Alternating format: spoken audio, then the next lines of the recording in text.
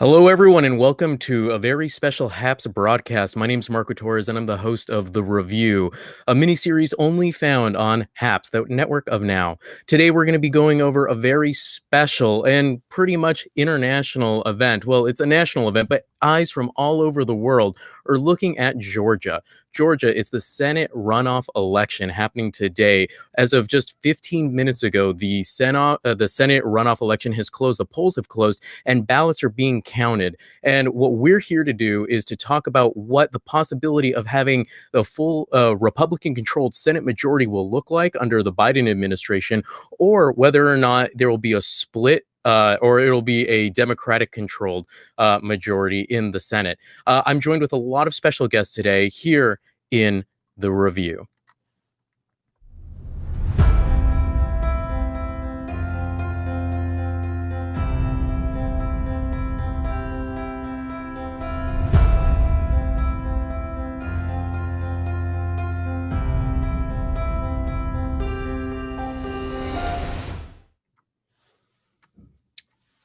Hello, everyone, and I want to thank everyone for attending this special broadcast of The Review. I have many special guests, as I previously stated. Starting off, we have Alex Mohair, a verified journalist here in LA County. We also have Daniel Beckman, a Peabody Emmy Award-winning journalist. Cameron Sadeghi, he's been a returning journalist who's been coming on my broadcast multiple times now. And Omar Rincon. Omar has been also a returning journalist here who's been a freelancer in Washington, D.C. So thank you so much, everyone, for attending today's broadcast, and let's get started. So first off, I want to talk a little bit about who the candidates are on today's ballot for what everyone is seeing across the world. So to start off, Alex, you've had a lot of experience with analyzing, looking over these people. Could you start off telling us a little bit about let's talk about the Democrats, for example. So I know you have a lot of experience with John Ossoff. Could you tell us a little bit about him and what does he represent and who is he? Well, John Ossoff has been in the sort of under the Democratic microscope for a few years. He ran for a House seat back in 2017 and narrowly lost it to Karen Handel out in Georgia. And now he's running for Senate, and he's been really just a real star in the Democratic Party. He's a millennial. If elected, he will be the first millennial in Congress, and he has really been reaching out to the youth vote in Georgia. He has a huge TikTok following, of all things, and he's really just excited a lot of people. And he's been working with Reverend Warnock as a pair. They're sort of a buddy. It's like a buddy comedy almost. It's like a real duo running hand in hand to take over these Senate seats. And yeah, I've been doubling down, double duty, doing phone calls for John Ossoff to people in Georgia. And it's been an experience. It's been a pretty interesting experience, getting people's perspectives and turning them out to vote. Georgia historically has issues with voter suppression, and the pandemic ironically has made voting more accessible to people. We saw that in the general election in November. More people were able to vote because more people had access to voting.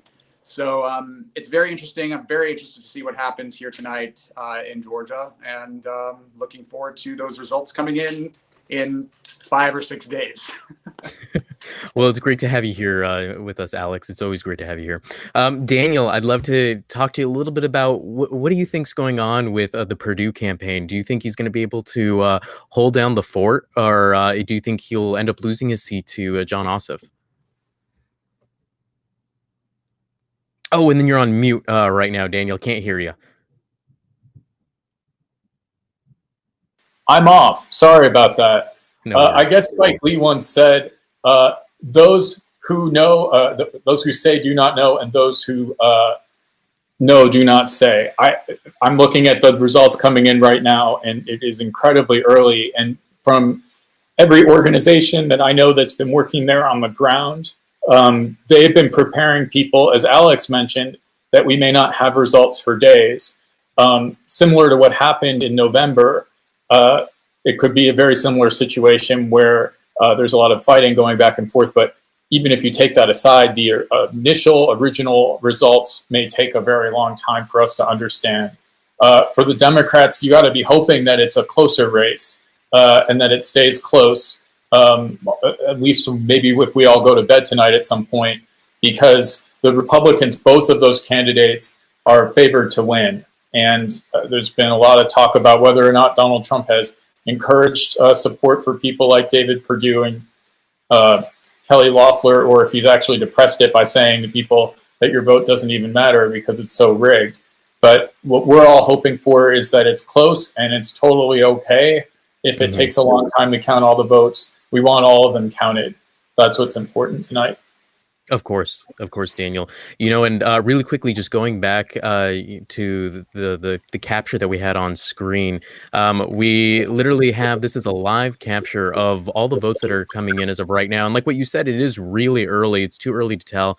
As of right now, we have Kelly Loeffler ahead of Warnock with 52%, and then we have David Perdue ahead of Ossoff with 67%. However, again, this is really early to tell, and even as what we see in the chat going on right now, Alex is telling people, don't expect anything to happen in the next day or so. This is going to be something that's going to last a few days, probably up to 5 days or more. Reaching out to everyone who is in the chat, thank you so much for attending this broadcast today. If you have any questions, feel free to type it in. If you're attending via, Twitter, Instagram, Facebook, Reddit, we can see everything you post. And so we'd love to be able to comment and, respond back to you guys. So if you have questions, let us know. We have a lot of amazing journalists here today that are here to break down what is going to be going on for the next hour or so. One of the big things I think that's really important when looking at this is to understand this is very much similar to what we saw in the November election with the Red Scare.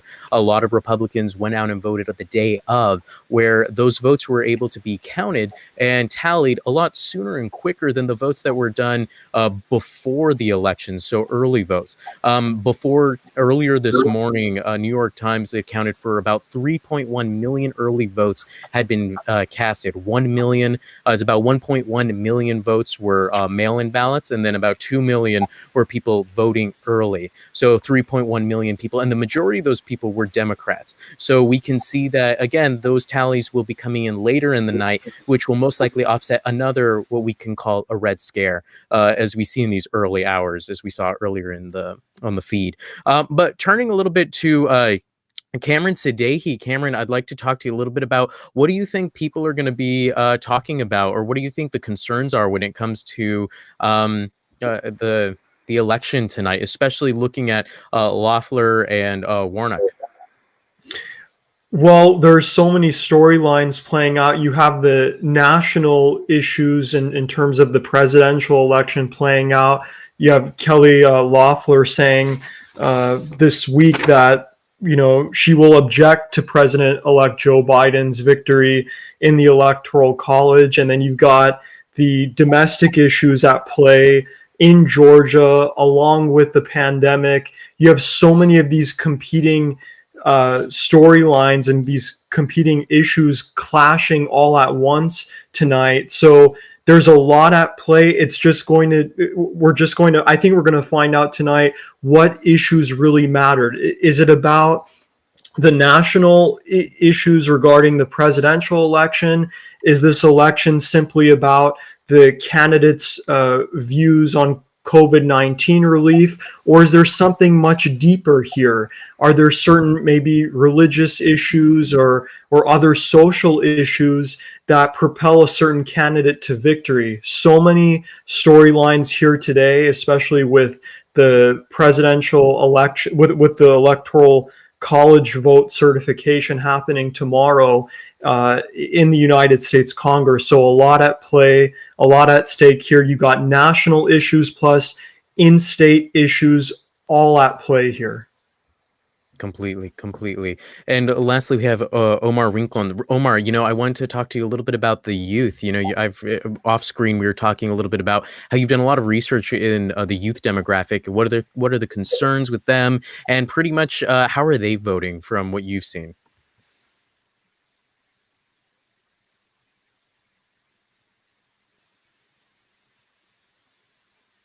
Omar, I'm having a little bit of a technical difficulty. I'm not able to hear you right now.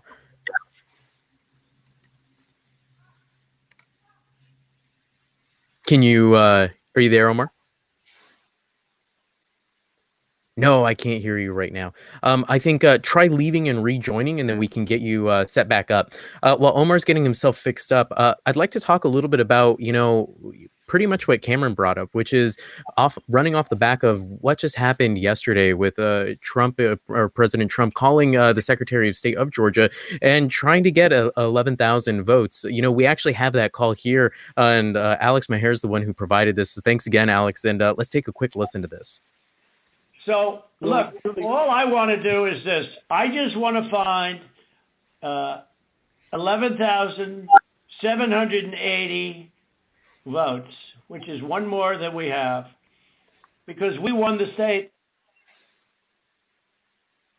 So tell me, Brad, what are we going to do? We won the election, and it's not fair to take it away from us like this. And it's going to be very costly in many ways. And I think you have to say that you're going to re-examine it, and you can. So what you just heard was pretty much just Trump's phone call, with the Secretary of State of Georgia. Alex, can you talk a little bit about this? What do you think this means, the implications it has on today's election, or does it have anything at all? I think it's a perfect storm of problems for the Republican candidates. Over the last month, there has been a lot of reporting on the corruption of these two particular candidates. One of them, Kelly Loeffler, is the richest member of Congress ever in history, and her husband is the president of the New York Stock Exchange, Jeffrey Sprecher.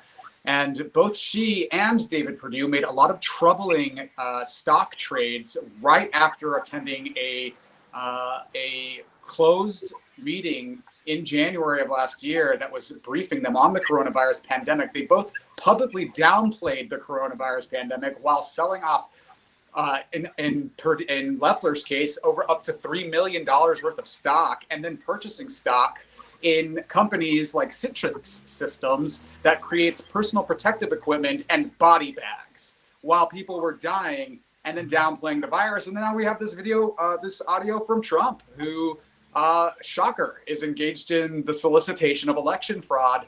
And some members of Congress are now asking Christopher Wray to investigate. And it doesn't look good for the Republican Party. It doesn't look for either of the Republican candidates, because they've embraced him. They've both publicly criticized and questioned the election results in Georgia.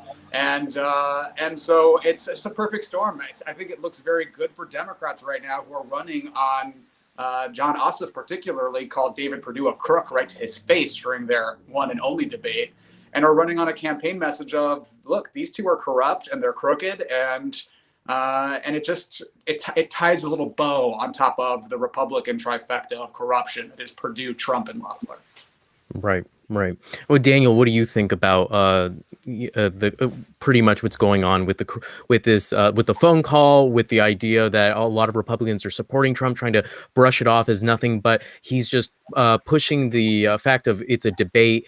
They're allowed to debate, but it's there. There's no such thing. They're not trying to steal votes. They're not trying to do what, quote unquote, the Democrats have already done. What do you say on that? I try to want to take a step back here, because some of the things that are going on here are not partisan at all. They are about whether or not we respect each other and we have a democracy here. I know there's a lot of people who've been trying to bring that up, but that's what I'm focused on here. The call that happened on Saturday, I think everybody, one of the reasons to not use your superlative drawer and everything in it in the last 4 years is, do you have space left for what happened on Saturday? I've never heard anything like that recorded before from a sitting president, let alone a mobster. It is incredibly serious. And, what can we do about it? And the other thing is, I'm here in Montana, the town that I live in here, Livingston. It's not very politically motivated. You can kind of gather what people are thinking, but I'm not sure if Biden won here. That's one thing I could put out there. A lot of people believe that this election was stolen. That was what everybody was talking about before Saturday. I think some people will hear that call and it's not a small group; it's a large group of people people that believe it, like people in 2000 believed that Al Gore should have won with a 537 vote difference in that race, and the 20,000 votes that were denied from Palm Beach County. That was some evidence, but putting all of that aside, we will be paying off this debt at some point. You know, I'll just put this out here, and I'm going to just say this so that people think about their own security in this way. The number one person that I'm concerned with when I'm in a room when we don't have a pandemic anymore and it's a crowded space is a white male with a crazy look in his eye. We all need to be watchful, and I'm not just saying this to be superlative. You need to expect that these people are going to come into your Walmart, into your Starbucks, into your place of worship, because it's not just that they think that this was stolen. They feel like everything was stolen from them. It's beyond just that they are talking about politics and they like playing it with their minds or their sport. They feel like their agency is being taken from them. So you have people that heard that call, which I think we all know what it is. He was pressuring somebody in his own party to change the results of an election and threatening him. A lot of people in this country, not a small amount, you're going to be surprised, you might be related to some of these people or know them, are going to be thinking, good for Donald. This was stolen. He needs to change the results. We won't understand the ramifications of that. Whether he gets in trouble or not, it doesn't even matter. We will be paying off this debt and what's going on tomorrow for years. So Be careful out there. And I'm not just saying that because I don't, there's lots of talking heads out here. I'm obsessed with, for some reason, and stimulated by cable television news. Absolutely horrible. It's circling the drain, and eventually it will go out of business. It might happen in the next 2 years because Donald Trump is gone or leaving the scene. I am not one of these people. I think that we all have to be concerned that this country is not going to be safe as a result of that action and what has transpired for the last 2 months. And this election in Georgia is not about any issues whatsoever. I mean, Trump doesn't even know the woman, the female candidate's name. I watched the rally yesterday. David Perdue, you can kind of see him looking behind like he is just trying to get power. He doesn't care about any of the issues. He'll say anything to get it. This is tangential to the fact that there are people out there that will never understand how Joe Biden won, and it's incredibly damaging. I think one of the biggest things that Joe Biden has to face, and I think everyone has agreed, is trying to unite the country after, realizing that the majority of the country doesn't even believe that he's won the presidency. And I believe that, unfortunately, it's the due diligence of the current president to create a transition of powers so that the next coming in president it has a really good transition. Obama did this for President Trump, and unfortunately a lot of Democrats were very upset with the transition and didn't want it, but at the same time they accepted it. And I think that's something that we're not seeing from the Republican Party as of right now. And a lot of people are feeding off of the energy that Trump is giving out in holding out on, giving up the election. I think over the last multiple weeks, even, going in early December, we had been seeing, and late November, we had been seeing Republicans originally saying, count the votes. The votes were counted. Certify the votes. The votes were certified. Let's wait for lawsuits. Lawsuits got turned down. Let's wait for the Supreme Court. Supreme Court turned it down. Now what are we on? Now we're on certifying, or wait for the GOP. GOP voted for Biden. Let's certify GOP. What's next? Like, I just listed 7 different things. Is this going to keep continuing? And if so, how much further? I think this is just something that it's unfortunate to see a president do this, hold on to power so much. And I think that, in the history, I was reading an article from the New York Times. In the last 200 years, a president has never acted in this way to try and hold on to their powers after losing an election. I think that's really I think that says something big for our current president. But, kind of turning tones here to Cameron and Omar, for your guys' perspective, what is it like for just, Stacey Abrams had a lot of work that she went through to increase the amount of people that went and voted out in Georgia. But during that time, she found that there was so much voter suppression, especially Black voter suppression, that was done out there. From what you guys see and what you guys understand, how do you think this is? Do you think it's changed since the November election to now, or do you think there's still voter suppression being made? And Alex, I'd love to throw this to you as well. For you were a volunteer during this, but so all three of you guys, if any one of you want to answer that, I'd love to hear what you guys have to say.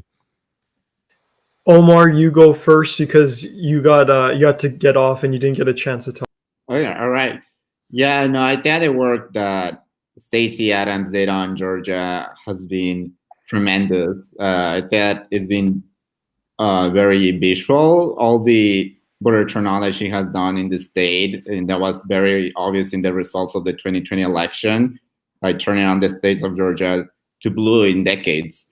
Although there is still a lot of work to do, there is a lot of institutionalized and systematic problems in the way that is, especially in the South, the voting rights have been stricken down over and over. And I think this is why a lot of young voters have been energized during this last election, and specifically this runoff, because they understand the impact that it will have in the Biden administration and the future of many voters and criminal justice, and also as a result, voter registration and voter rights for a lot of people, and specifically the African American community, has been hit very hard by voter suppression in the state of Georgia. Well, I definitely, voter suppression has been a major issue historically throughout the United States and even in Georgia. But I want to piggyback from Omar's point regarding young voters, and I would want to ask Alex this, because NBC News did a recent story talking about Gen Z utilizing TikTok to get Georgians out to vote. And in the middle of this pandemic, the digital component of a campaign is probably more important than ever before. What impact do you think, Alex, the TikTok movement that we're seeing here will play in this election? We'll definitely see. What I do know is that as of right now, exit poll data is showing that there's about a 13% Gen Z turnout right now, today, so far. And that's just in the exit polling. So we'll see if they voted more by mail or voted early. But that's the number that we're getting right now for people who are voting in person in Georgia. And that's a little bit down from the November election. So we'll see. What I do know is that the TikTok, the campaigns, Fair Fight Action, have been really focusing on turning out new voters. In the last month, they have been turning out young voters, 17-year-olds who weren't eligible to vote in November, who will be eligible to vote in this election. And I think they've registered 20 or 30,000 of such said voters. And that's a lot if you think that Joe Biden won the state of Georgia with 11,000 votes. So every single vote counts. And, I've been an activist on top of my professional life. I've been an activist for many years. So I can tell you since I was 18, these phone banks, the amount of unsung heroes that go into the ground game doing the work of democracy is astronomical. I was on a phone bank today with 200 people just in one phone bank, and they're happening all over the country, where there's people, unpaid volunteers, on the phone calling Georgia voters, giving them their polling location and telling them the time that the polling locations close, and if you need a ride, we can get you a ride this way, all unpaid. So this is a lot of moving gears, a lot of people with their hearts invested in this who work really hard. It's not just the candidates.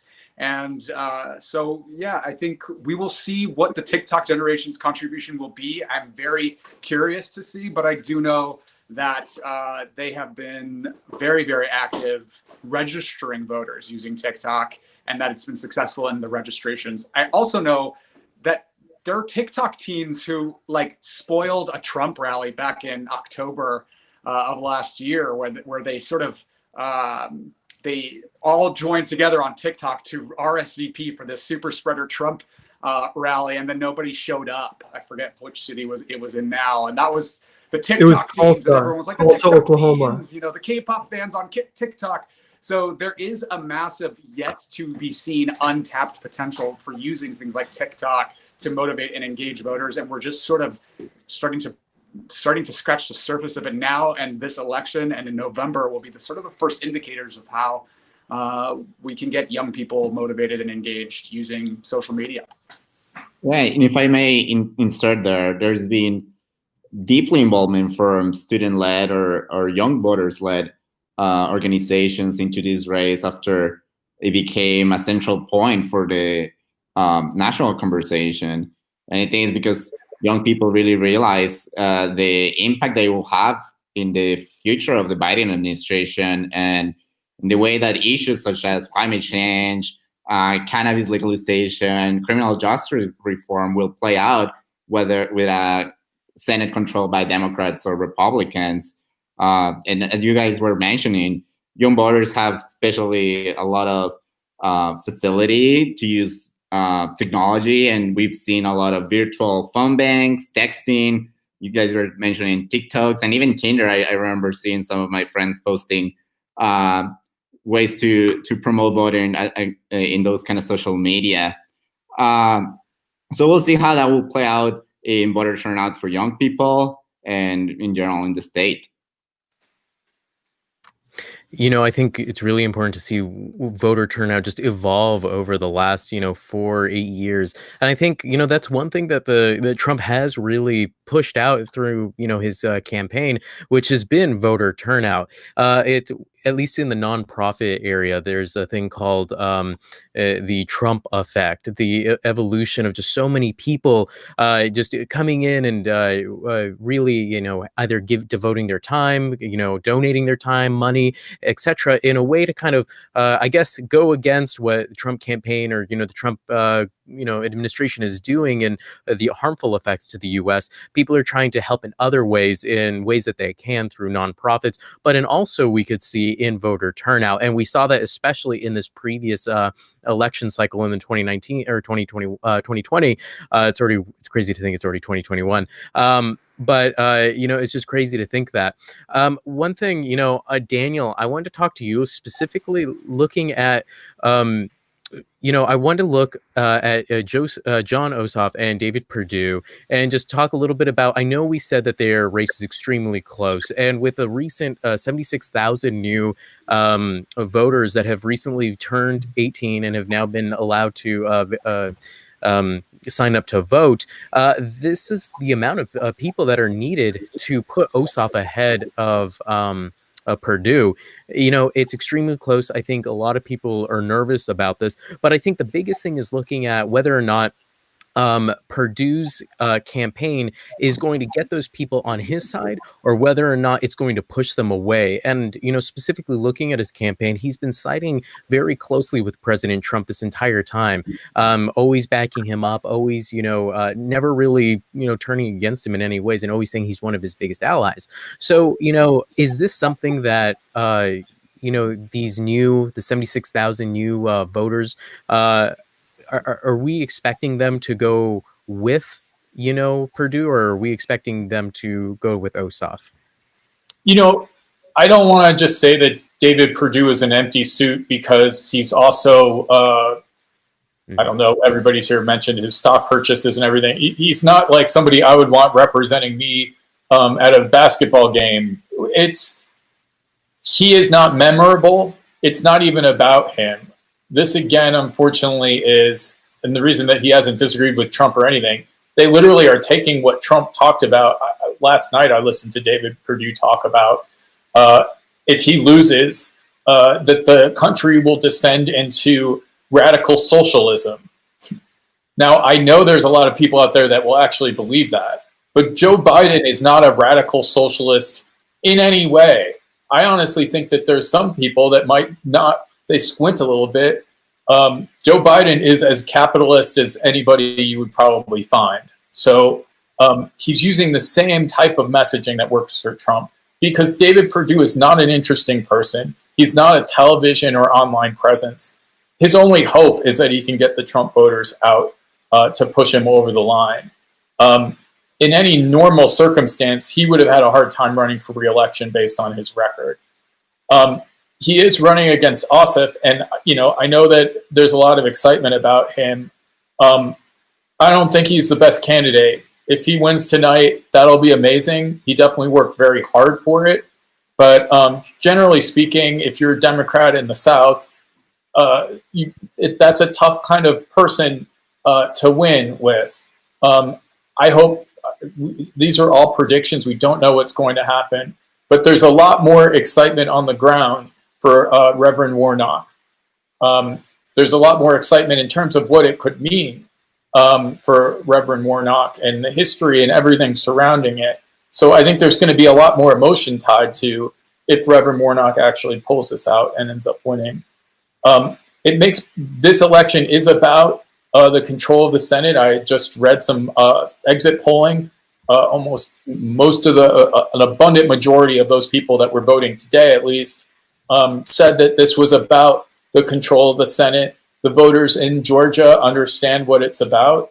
And it's weird that in a country of this many people with 50 states and 100 senators, that it does come down to whatever the hell happens tonight. That's what it'll be. But will anybody really remember David Perdue if he wins or loses after this? We just have to hope he doesn't do that much damage. And in terms of Kelly Loeffler, you got to watch her bank accounts either way. If she ends up winning, it doesn't mean that she's above the law when it comes to these insider trading things. That stuff, these things we have to write down and remember.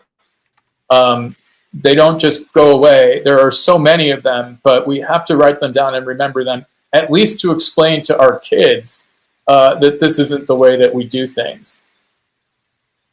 Exactly. And really harsh words, Daniel, but at the same time, realistic words too. And it's great to have someone who can show the realistic side of what things are happening and where things are at and what the future could be. And before we move on to that, looking back on the screen now, we have the new updated numbers. Everything just came in, or a new update just came in. So we have Raphael Warnock, 57.3% with 375,000 votes, to Kelly Loeffler at 42.7, 279,000.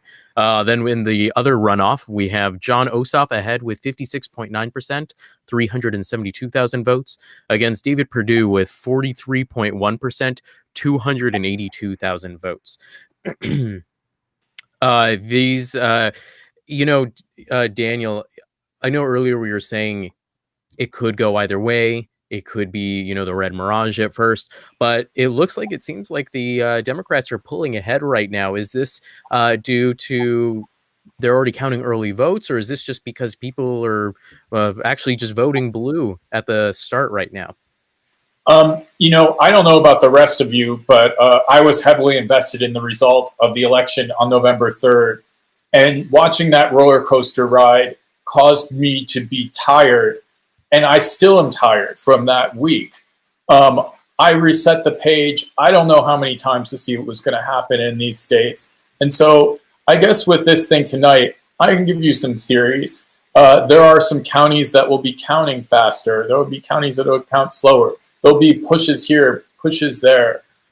I think that we will have a number of hours from now, we'll have a sense about whether or not we actually can get a result tonight. It is possible. It is totally possible. We just don't know. By 11 o'clock, you'll start to see it slowing down, and you'll be able to tell whether or not it's close and whether or not it's going to be that horrible Chinese water torture that we had in the first week of November. But what I will say is they did apparently start counting some of these mail-in votes ahead of time. So this red mirage thing that we had or whatever that was really popular may not be happening here.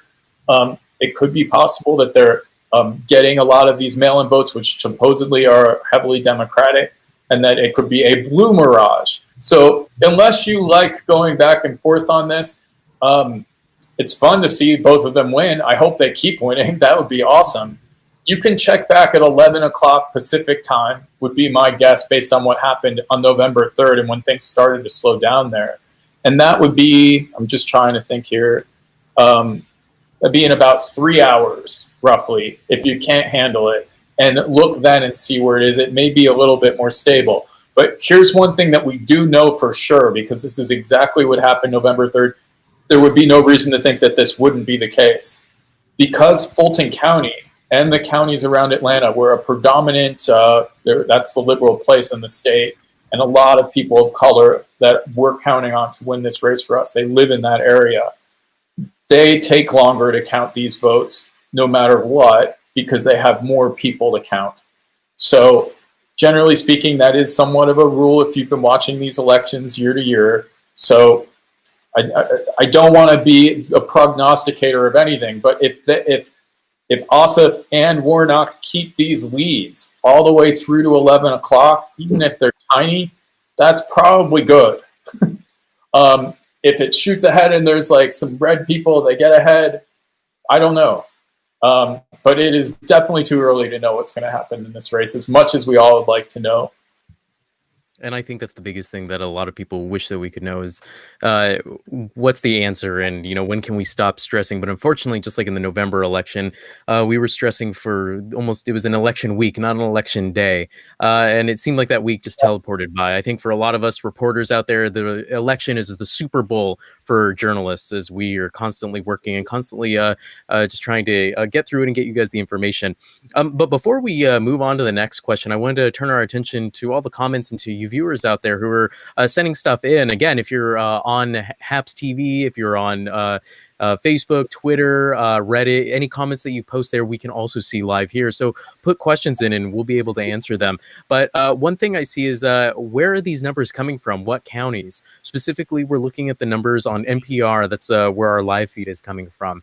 As for the counties, everything is slowly trickling in. We don't have a very detailed breakdown of each county, but as the night progresses, we should be able to get that for you guys. One question I'd like to push forward for you guys is from a Reddit user. Are mail-in ballot votes being counted first, or first or last this election? So pretty much, are the mail-in ballots being counted earlier this time? And I think, Daniel, you hit on that briefly for a quick second. From my understanding, they were allowed to count some of these votes earlier than they were in November. I don't want us to cause any conspiracy theories about that, because like anything happens and then people take that and run into all sorts of craziness right now. It is really hard to tell what part of a county they're counting right now and which part of the state. It's just very early in the evening. The New York Times has some predictive things. They're doing it again, so maybe they've got their algorithms better set and they feel a little bit more confident. Those things in particular made me absolutely insane and crazy on election night. If you remember Florida, anybody else who was watching there, I was excited about Florida. I called my parents and I was like, I can't believe that Biden looks like he's winning St. Petersburg and the county around there. That was a good sign in any other year, except Biden's support collapsed among the Latin American community in Miami. People have written a lot about this, having something to do with socialism or whatever. Completely surprised us that Miami-Dade County didn't bring in totals that we were expecting. I'm here to bullshit with anybody if they want. It's Happs, we're happening here. But I honestly, we don't know. And I do follow these races. I know different counties in Georgia and where different pockets of things can come in. When you have 16% of the vote, you could have the next 16% of the vote that completely takes you in the other direction. So something also important to consider, earlier, the Secretary of State of Georgia was clarifying that there were approximately 17,000 votes from military overseas that will be counted until Friday. So in such a close election like this one, where we saw that Biden led Trump by a little bit over 11,000 votes, even that could be decisive. We saw that even Trump was complaining that a lot of the votes from the military that came late in the Georgia election were overwhelmingly Democrat. So we'll see how that will play out up until Friday and how the margins will end today and how that could affect this election. Yeah, I mean, no, exactly, Omar. Here's Go ahead, some Daniel. data. Sorry to interrupt, but here's some data. 20, basically a quarter of the votes in the counties surrounding Atlanta have been counted. So there's a lot of these rural parts of the state that have not even reported anything in yet. And so it doesn't mean that they can necessarily overcome something like this, but it does show you that it's early and it matters where these votes are coming from, and that it still could surprise everybody later when these places start coming in that have 80 to 90% of the county is supporting the Republicans running in this. So I'm just giving you some data here to understand why it might be ahead right now. Maybe they're counting them a lot faster in the Atlanta area than they did the night of the election. The last election. Just some data that, if you guys want to have it, there it is. No, thank you for that, Daniel. One specific comment that we just skipped over is from Chris Bartley. How is both Democrats leading? What counties are being counted? Cameron, were you able to get any of the county information up for us? No, but I do not have any specific county information. But in terms of vote totals right now, I'm looking, but I can't find it on my phone at the moment. But in terms of counties, what I will say, which was maybe interesting info, it may tell you something, but according to Rahul Bali, just an hour before the polls closed in Putnam County, an election supervisor, Lynn Leicester, said that they have already had more voters today than they did on November 3rd. Now, that's just one county. I don't have the info here. I don't have the live results here with me now, but if, that may say something there. But I do not have any of the results right now with me. Oh, no worries, no worries. We're still early in the night. One specific thing is, bringing the election results back up. Right now, there are 7.4 million registered voters in the state of Georgia. On top of that, there's another 76,000 new voters on top of that 7.4 million voter number. So it's almost about 7.5 million voters who are registered.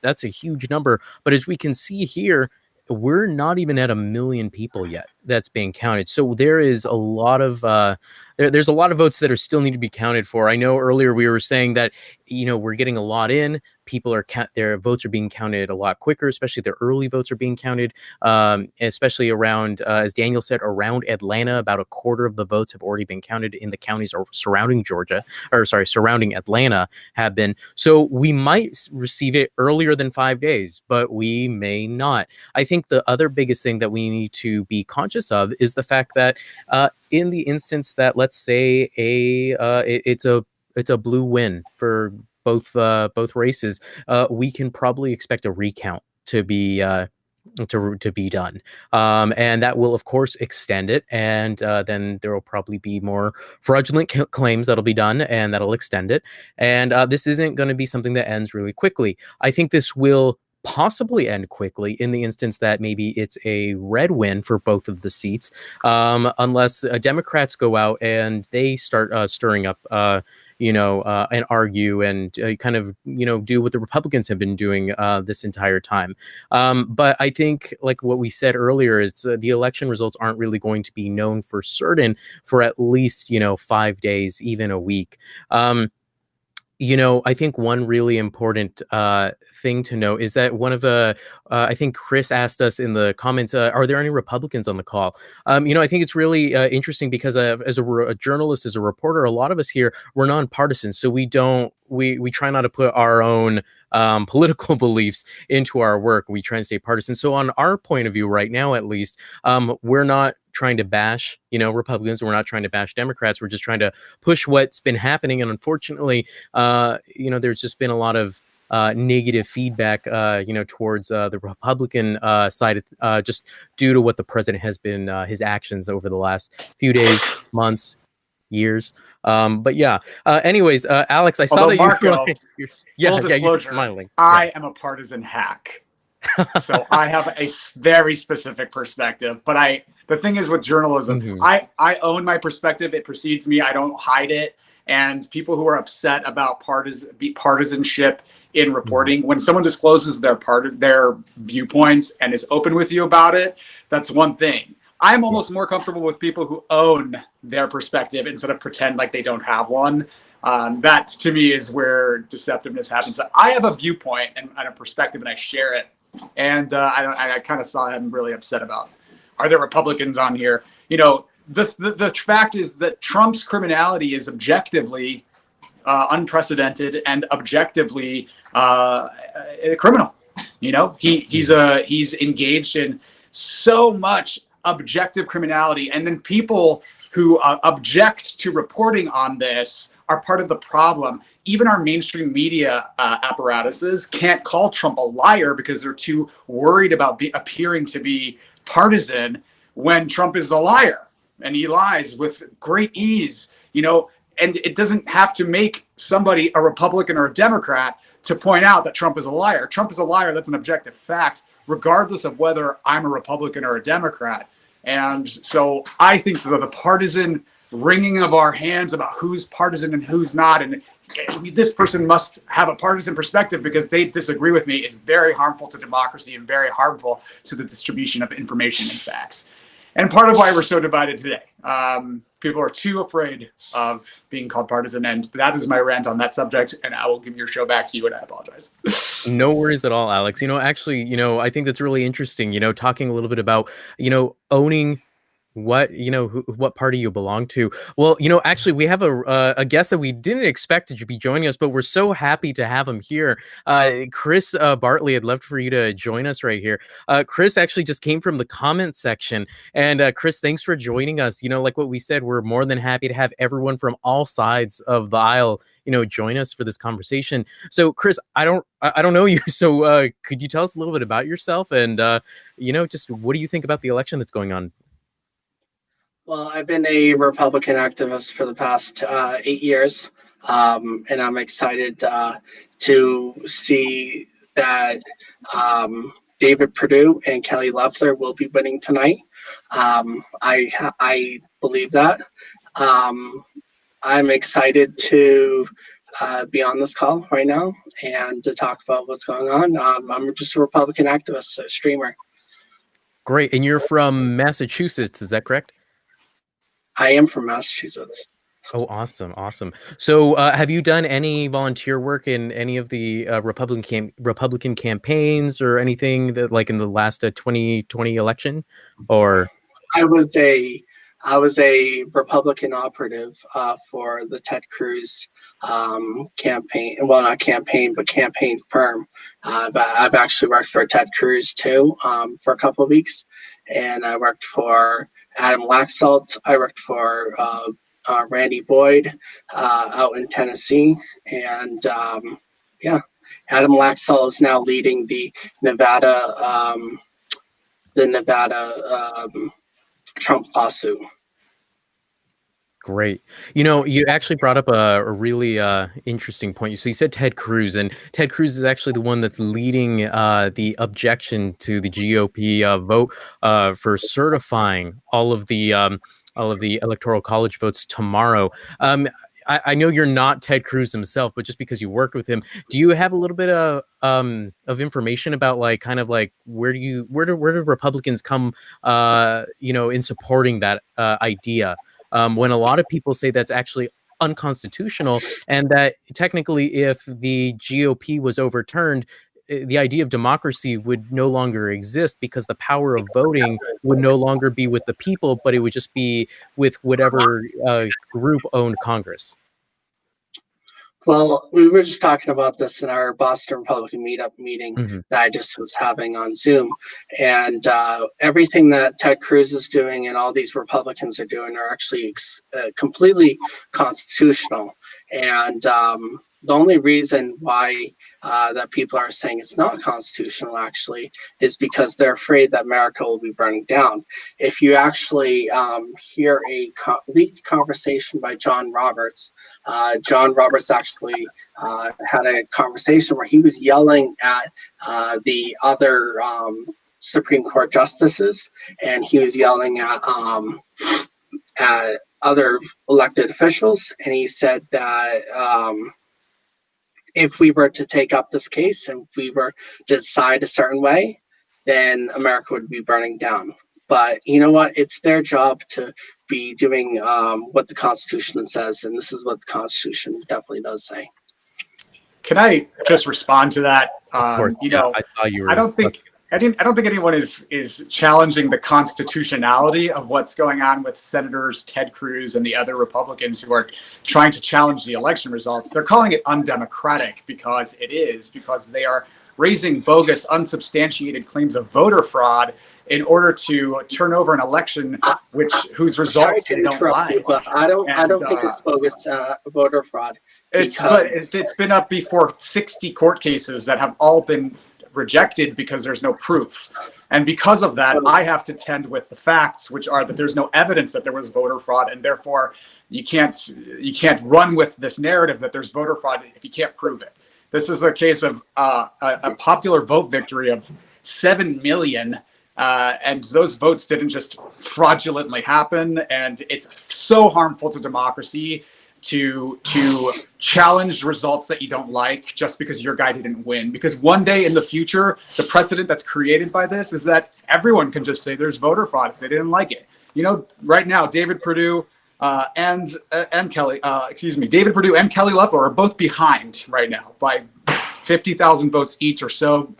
Loeffler's down by 80,000 votes. Let's stop the count. Stop the steal. Our candidates are winning. You know, and if it flips at some point tonight and Loeffler and Perdue are ahead, do we then say, hey, this was a stolen election? Halfway through counting, our guy was ahead, and now it's flipped. It's voter fraud, and I'm going to file 50 lawsuits. And it's not about constitutionality, Chris. It's about democracy and respecting the will of the electorate, even when we don't like it, because that's what our democracy is about. And that's what makes us a democracy. It makes us different than countries like Iran, where my family comes from, and who escaped from countries like that because they don't have free and fair elections. So I respect your viewpoint. I don't think anyone from my side is saying that it's that this is not constitutional. We're saying it's undemocratic, and wise up. There's no fraud. So there's actually been 10 cases, not 60 cases, that have been brought by Trump's lawyers and Rudy Giuliani. 60 cases, majority of those cases came by private citizens or state reps that were very small. They did not come from the actual Trump legal team. There's only been about 10 cases, and I believe that most of those cases are still open, I believe.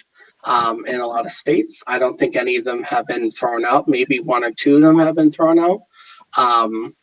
I believe that there's been hearings. There's been people that have said that there has been voter fraud that they have seen with their own eyes. And I will tell you that there was voter fraud that happened to me on election day too. When I came to where are you getting this information from? That would help me. Where are you getting your information from? The hearings. You just have to look at the hearings. Only 10 cases, none of them have been thrown out. The Supreme Court rejected this. Are you aware of the Attorney General? The Supreme Court did reject the Texas case, but that was not a case that was brought on by Len Wood, Cindy Powell, Rudy Giuliani. I don't care. It's garbage. If you bring garbage to the party, it stinks up the room. none of these cases have been valid, no matter who's bringing it. And what happens if we don't believe in these elections? And look at how well the Republicans ended up doing on November 3rd.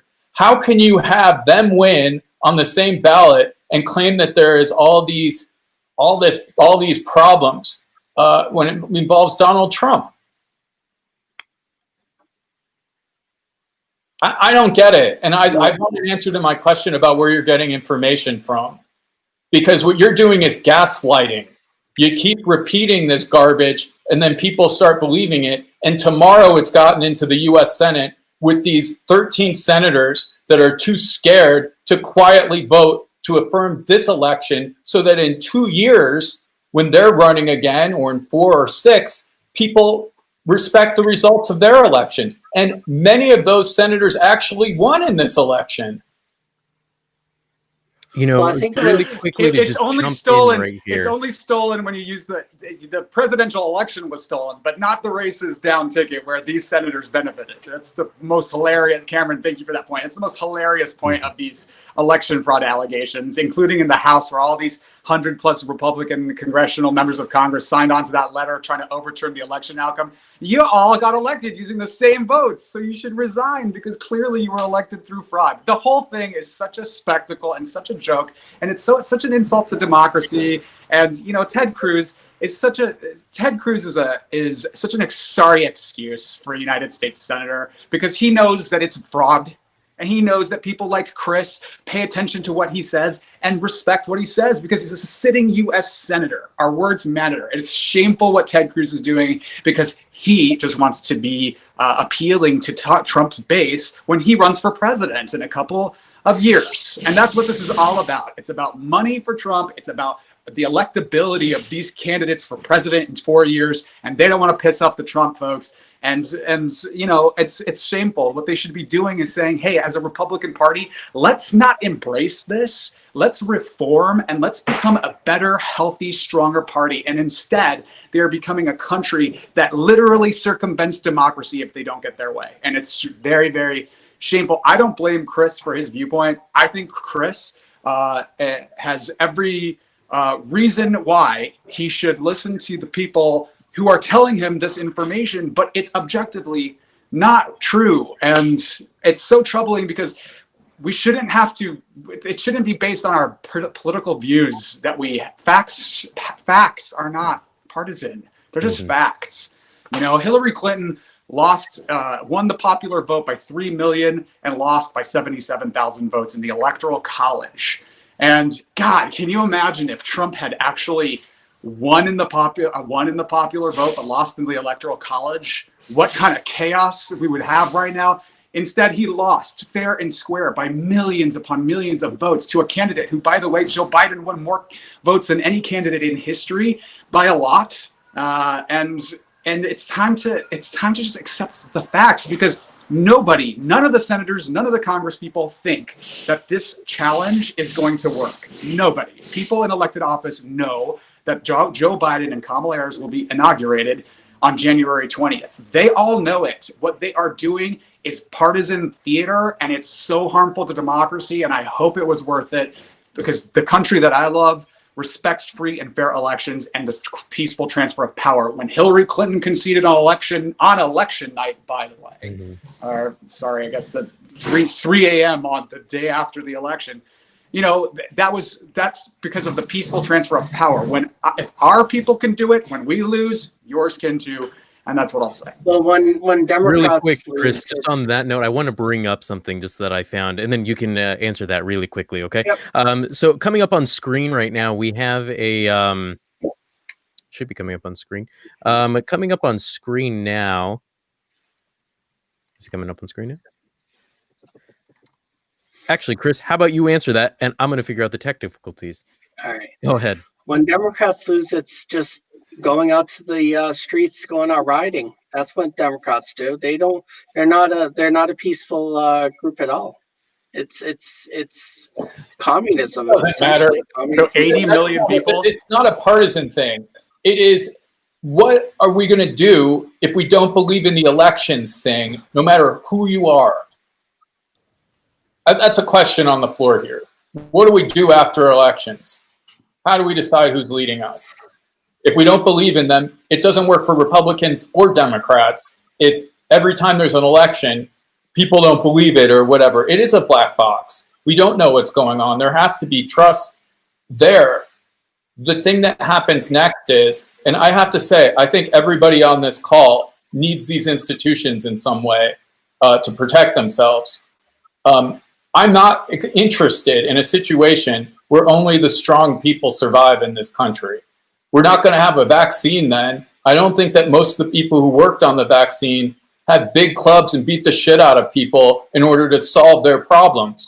So that's what I'm concerned about here. It is not partisan at all. It is about what did people die to protect this country for?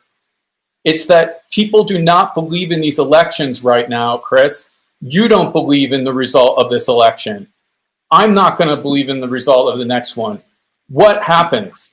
What do we do? Who's going to lead us in that situation? What happens next? Ted Cruz? Ted Cruz is going to, someone's just going to shoot him. It's not going to matter. We have these elections to keep civility in this country. And what has happened the last 2 months has nothing to do with partisanship. It has nothing to do with protests. It has something to do with every man, woman, and child in this country and having the way that we solve our problems and differences worked out without violence. I believe in elections. I'm willing to concede that there is some irregularity in all elections, but let's just accept it and move on, because what is the alternative, Chris? What's your idea? What do you want? So Trump wins, we give it to him. No one's going to believe in any election after that either. You have to come up with a solution, Chris. If you have a better idea on how to do this than what our Constitution has prescribed. And our elections are decentralized on purpose so that it isn't corrupted all entirely by one force.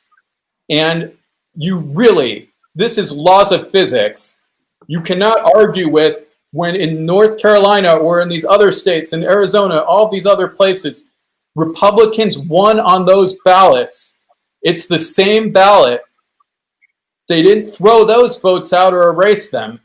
How did that happen? Are those people going to give up their seats because it was a corrupt election? It doesn't make sense. I know what's going on here. We all know what's going on here. It actually was a really hardly fought race. And Trump did have a lot of support in this election. It's absolutely true. Those people deserve respect for the fact that they voted for somebody. And for the last 4 years, they have been disrespected the entire time. People have discounted whether or not he actually won fair and square. I think that Trump did win fair and square in 2016. It offended me that people questioned that because those were people's votes and they were real. And it was reaffirmed that he has serious support this year. But it wasn't enough votes. And if we throw out the whole system, honestly, Chris, please let me know what you think we should do next. You know what's very interesting when you bring up that? A lot of people bring this story up. When we looked at Joe Biden's rallies, which weren't even existent barely, there was probably like 10 people who showed up. When you go into a Trump rally, they didn't want to get sick and die. You had millions of people who showed up online and in person. You had 250,000 people watching Trump speak last night on Right Side Broadcasting. And you're telling me that Joe Biden's the winner and he won? I'm telling you, Joe Biden's the winner, Chris. Joe Biden won by millions more votes just because Trump held super spreader rallies that ended up infecting people during a global pandemic is not indicative of who actually showed up to vote. You know, those are rallies. Rallies are not voting boxes. I know people who are registered voters who never attend a political rally who also then vote, and this isn't evidence that your guy won. I'm sorry, it's not, and it's irresponsible. It's irresponsible, and it's poor sportsmanship. And that's the more respectful ways I can describe the things that you're saying, but it's irresponsible at best. I saw more Biden signs in the places I drove through. Did you drive? I drove through Fulton County, Georgia, Daniel. I saw a lot of Biden-Harris signs and no Trump signs. And Georgia went for Joe Biden. I would never in a million years question the fact that Donald Trump had 74 million people vote for him and that this was a closer race than I think people may want. You know, those are legitimate votes. He has legitimate support. It's real. And in some parts of the country, he is getting 9 out of 10 people supporting him. They believe in him, and there is something there to be respected and appreciated. I would never question that. But like it, just because 250,000 people watched his rally, who cares? Do you know how many people voted in Georgia today? Millions. It doesn't even pass the smell test. I'm sorry. If you keep doing this and people keep doing this, and I'm happy you're here, Chris, I really am. I'm frustrated because I really care about whether or not we can work things out peacefully in this country. And the things that have happened the last 2 months, they pale in comparison to what Trump was doing during the actual administration. The call on Saturday is corruption. It's offensive. Because that's because you only watched or listened to like probably 2 minutes of it. You did not listen to 75 minutes of it. Good in any context. 75 minutes of it was a perfect call. I think that something that Alex pointed out earlier is that the U.S. has been characterized for upholding the legal system, the rule of law, especially when it comes to elections. We saw it with Algorand that recognized the decision by the Supreme Court. And something that Trump has been very diligently done is it's very much kind of normalizing violating the laws and really getting away with it, or just normalizing these like alternative reality where he lives. And we can really go that far as the primary from the Republicans, where he tweeted explicitly that the primary with Ted Cruz was rigged and that it should be canceled. I don't have the word right now, but what we're saying is that we're seeing this pattern from Trump all the way from the primaries to the impeachment to today, where they just claim whatever they want and they just keep going with that, and it's just living in an alternative reality. Omar, Trump lost the Emmy when he was running the Apprentice, when he was the host of the Apprentice, and he claimed that the Emmys were rigged. He's been doing this his whole life. So it is a common through line. And thank you for your point. And I also want to point out that there have been studies done on this. Don't take my word for it, about voter fraud. The Brennan Center, the Heritage Foundation, which, by the way, is a conservative organization, and Trump himself commissioned a study on this. 31 credible instances of impersonation fraud over the course of 14 years out of 1 billion ballots cast. You have more likelihood of getting struck by lightning than being victim to voter fraud in the United States. It is simply not a thing. The bigger problem in the United States is voter suppression, and it's a tactic that has been used to suppress votes for many, many years. And you saw more voters turn out in this election, as I said earlier in the broadcast, because more people had access to voting. I want to answer Jack's question. Okay, after you answer that, we're going to move on to another quick topic, and then we'll come back to it, though, okay? So go ahead and answer that then. I want to answer that, and then if I can, I want to also talk about some of the weaknesses of Trump, because I do believe that Trump's case is weak in some ways. In some ways, I can't believe why I just said ways. No worries. So on election day, I went to the polls to go poll watch, because Mass GOP said anybody can be a poll watcher. So I came in, I had about this much of paper. I had like the law right in my hand from Mass GOP. And Mass GOP said, just walk in, ask the poll warden where you can go stand. And I presented the law to the person, the poll warden, and they were like, you need to get a certification or credential, and you need to get the hell out of here. When I said I'm a Mass GOP poll watcher, so I think that constitutes fraud because that is going against the Massachusetts state law, and that instance right there is actually in a court case. What was up? That's not constituted as fraud. It's been constituted as a fraud in a court case that is occurring in Massachusetts.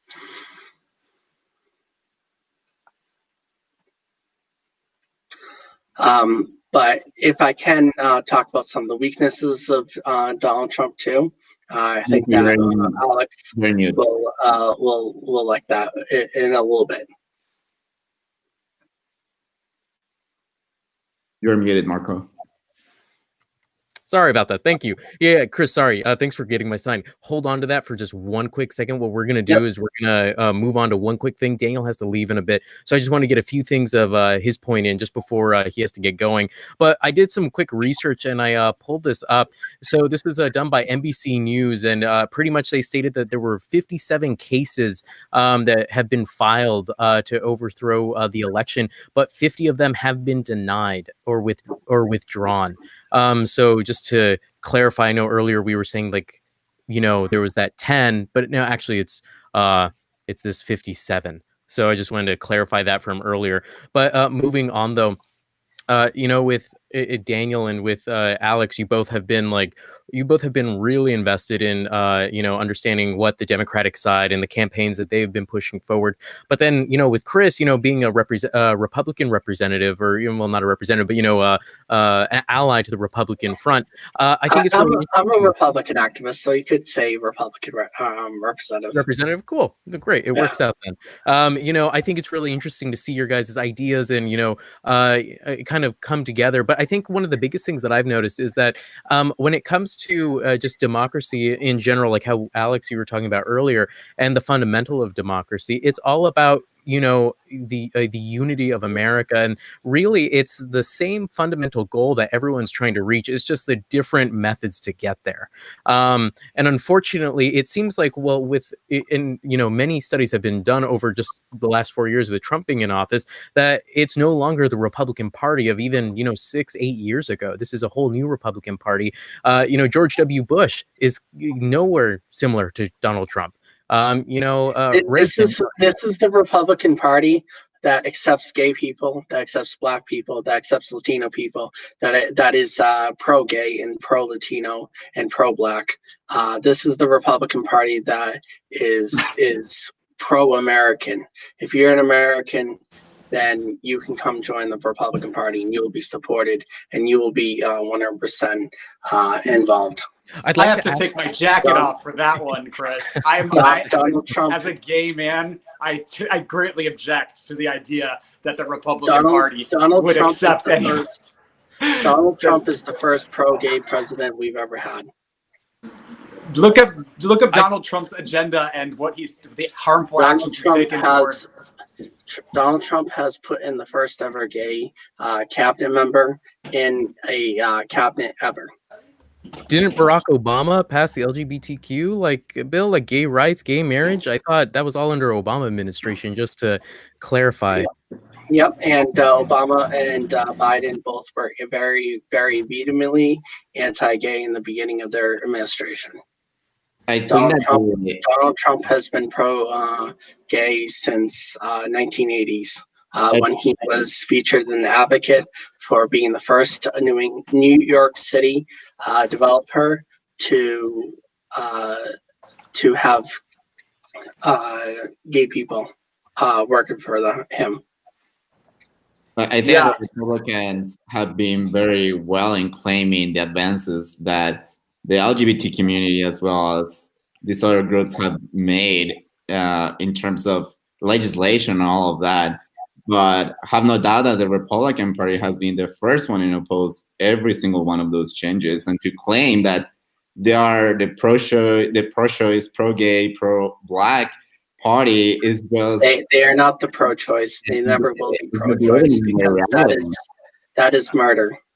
Yeah, and if anything, it Omar has and been Chris. embraced by public opinion, and I think that's why he has embraced it more, but not really because it's because their values. It's not really.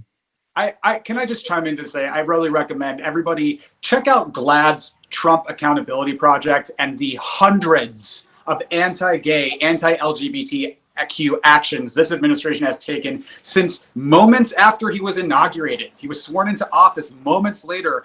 White House, Department of State, Department of Labor websites removed any mention of LGBTQ people. This is a president who's fought to rescind Title VII protections from transgender folks. This is a person who's issued executive orders to ban Syrian refugees from entering the U.S., including LGBTQ refugees. He's erased the LGBTQ community from the survey for older Americans. The list, it goes on and on and on. Check it out. The idea that this is a pro-gay president is hysterical. Check in with your gay organizations and friends who have been on the ground, literally up in arms about the horrendous homophobic, transphobic actions of the Trump administration since day one.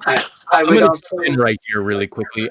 Daniel has to actually take off. So before Daniel takes off, I just wanted to shoot out the projections one more time and just to get a final comment from Daniel over what his thoughts are at the end of this, at the end of right here. But coming in now, we have the screen being updated. So right now we have Raphael Warnock at 54.6%, 1 million votes, and then against Kelly Loeffler, 45.4%, 848,000. Then we go to the general runoff with John Ossoff, 54.2%, looks like 1.13 million, and then, 1.01 million, and then David Perdue at 45.8% at 857,000. Again, it's early in the night, 7.4 million with another 74,000 voters. So about 7.5 million people. This is just what, 10%, maybe 15% of voters. We still have about 20%. We still have a night ahead of us. But Daniel, kind of going to you right before you leave. What are any final thoughts? Any final thoughts to share with us, Chris? Your thoughts for the people watching? Any takeaways that we're going to see for tomorrow? Well, I guess the thing to think about, I think that if everybody comes back to check these results at 11 Eastern time, 8 p.m. Pacific, you'll kind of get an idea of it's really close and they're eking it out, or whether or not we might have a result tonight. It is possible with these numbers. We now have almost half of the vote counted. And in particular, some of the counties to the east of Atlanta that are predominantly, there's a lot of African Americans in those counties. John Lewis's county is still got a lot of vote to be counted here. So there may be some reason to be a little bit optimistic, but there are a lot of Republican counties that have really not submitted votes yet that you can just imagine that they're going to be 9 to 10. I guess, sorry to our friend Chris, you can kind of see that I'm biased here. But I think that I'm going to be checking in at 11 p.m. Eastern to see how things are, and then I'll have kind of a better understanding. Right now, it still could go either way, but it's not, I'll say this, it is not a blowout, and the Democrats are definitely in this one, for sure. Good night, everybody. I'm getting out of here. Good night, Daniel, and thank you again for joining us today. Alex also has to bow out for a minute, and Alex, if you want to leave any final thoughts for us, final thoughts for Chris or anyone watching today, especially as we get to the last bit of information or the last updates, we'd love to hear it. Yeah, Chris is posting a link to the GOP's website touting Trump's pro-LGBTQ actions. I'll go ahead and post a link to the nonpartisan GLAAD, who has been tracking Trump's behavior against LGBTQ people, and I'll post that link shortly. But I just want to actually thank Chris. I think that is really not a nonpartisan organization. I'm sorry. GLAAD is a nonpartisan organization. It doesn't have a political. GLAAD is very democratic. If you look at so gay people are partisan by virtue of being gay. I mean, that's homophobia right there. GLAAD is not a partisan organization, and so check your privilege and check your own biases. But in any case, I actually want to thank you for being here, because it's brave to voice your viewpoint when there's a bunch of people who disagree with you. So I want to say thank you, and I commend you for that. And in terms of what's happening in Georgia tonight, you know, I think what the results we're seeing right now are very promising, because this is all the in-person votes. This is not the absentee vote that's being reported right now. And as we know, the in-person vote tends to trend Republican. The absentee vote tends to trend Democratic. And so I think the results we're seeing right now early are very promising for Democrats, because this is not taking into account the absentee vote. So let's see what happens. I will be checking in later. I don't think we'll have full results for a few days, but I am also optimistic that Democrats may be able to take control of the Senate tonight, and that'll be my final note on that. Thanks, guys. Great. Thank you so much, Alex. You know, finally turning back to Chris here. Chris, you know, there's been a comment in the chat that we haven't been able to get to until now, so sorry about this. But pretty much we have someone who wants to know about your voter fraud experience. Tell us a little bit about it. What did you experience? I actually talked about that a couple minutes ago, about how I walked into. What was that? Could you go over it again? Sorry. Yeah, so basically I walked into the voting place that's closest to me, and I had a piece of a document that had the poll watcher law basically on it, and the Mass GOP said that anybody can become a poll watcher. You don't have to have any credentials. You don't have to have anything, right? That's what the law says too. And I went into the polling location, and they told me you need credentials from the town clerk, and that you need to get the hell out of here, basically. That was essentially what they told me after I said I was a Mass GOP poll watcher. So, do you think other people have had the similar experience as you? And if so, have you? Oh, for sure. How many would you say? That's probably majority of the voter fraud is basically people getting that's what happened in Detroit, Michigan. They were prevented from coming in, and they were actually they actually had had boards all up against the windows, preventing poll watchers from watching what was happening. You know, that's very similar to the kind of like, not similar, but it's kind of similar in the sense of the voter fraud that happened, or I guess voter suppression per se, that happened in Arizona with like the Sharpie scandal that people were, you know, suggesting, saying happened. But I think, you know, kind of turning to Cameron and to Omar, I know you guys have been also reporting on this kind of stuff that's been happening all over the country. What are your guys' takes from just reporting and researching on this with voter fraud and voter suppression? Well, any claims of voter fraud have been brought to the court, and that's why I'm curious for the experience of Chris. He mentioned that this. Do you take this to any court or anything like that? And you mentioned that it actually is still in court, right? I have not filled out the notary. I haven't notarized the document, but John Paul Moran and several Republican candidates are taking it to court in the Worcester court in Worcester, Massachusetts, and my case will be part of that. Well, my point is that if up to this point, over 60 lawsuits have been brought to different courts in different levels, even from superior courts all the way to the Supreme Court, and none of the lawsuits have been successful or meaningful in any way. And I'm curious how at this point, January 5th, literally in the week where the election will be confirmed by Congress, is still not substantiated in any of the courts. So how does that? I'm just astonished that a lot of people like you, Omar, and I totally forgot Alex, who just left, are saying that's unsubstantiated and all these other claims that you guys have. Because if you look at the hearings in all these states, they actually brought people forward one after another, and basically they talked about their experiences under oath. Under oath. So if they were lying up there, then they could go to prison. So why Under hasn't oath. the court certified any of the lawsuits if they were under oath? Is that because the courts are rigged, or why is that happening? I mean, Yeah, even exactly what Tana said. The courts refused. The courts refuse to look at anything. They don't want to look at it because they're afraid that America's going to burn down. And that's actually a confirmed conversation that John Roberts had with other elected officials. But under the understanding of what the courts are doing, they're saying there's no substantial evidence for them to even move forward in a case. Therefore, that's why they're not even looking at it, because it's just, in their eyes, it's just a waste of time. It's a waste of money. It's a waste of time. And instead, there's other things that they could be looking at. At least that's what their point of view is. Is that wrong then, from what you're saying? It's the courts are afraid that America are going to burn down because they're afraid of Antifa.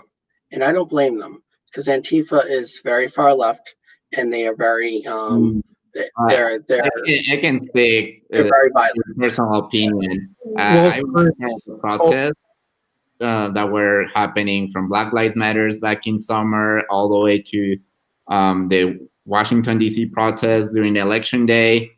And I can tell you that those are not violent at all. If anything, multiple news sources have reported already that many of the violence instances were also perpetrated by right-leaning participants that were trying to instigate violence during the protest. To think that the whole court system is rigged is just, again, going back to the comment that it's a pattern from the Trump administration and the Trump followers to think that everything is rigged against them if it is against them. If it is not in their favor, it should be rigged. And it's just a pattern that we are seeing over and over and over. And not recognizing the results is, again, just damaging the whole legal system in the United States, not only in an election, but the whole legal system. And I've seen it personally in Mexico. Alex was mentioning that he's seen the results of that kind of behavior in other countries like Iran. So this is why a lot of people is very insisting on the need to really take back the country and to really hold the facts, what is really the reality. And to think that the whole court system is rigged is just living in a reality. I want to jump in really quickly, and then I want to give to Cameron, just because Cameron hasn't talked at all in like the last bit. So I want to give Cameron a spotlight. But really quickly, I just wanted to state that, and Cameron, feel free to interject or jump off this, but over the last 4 years, President Trump and the Trump campaign really has just pushed out it's unfortunate, but a very damaging campaign that's really hurt the foundation of America, whether more recently when it's come to the democracy of America, with stating that the court system is rigged, stating that election is fraudulent, stating that the own people and citizens within our nation are trying to cheat everyone out of, a credible election, including people that are on the higher ups, including the GOP, the people on the Electoral College. And I think that's really unfortunate that people are now losing their own belief in their own, faith in our own democracy.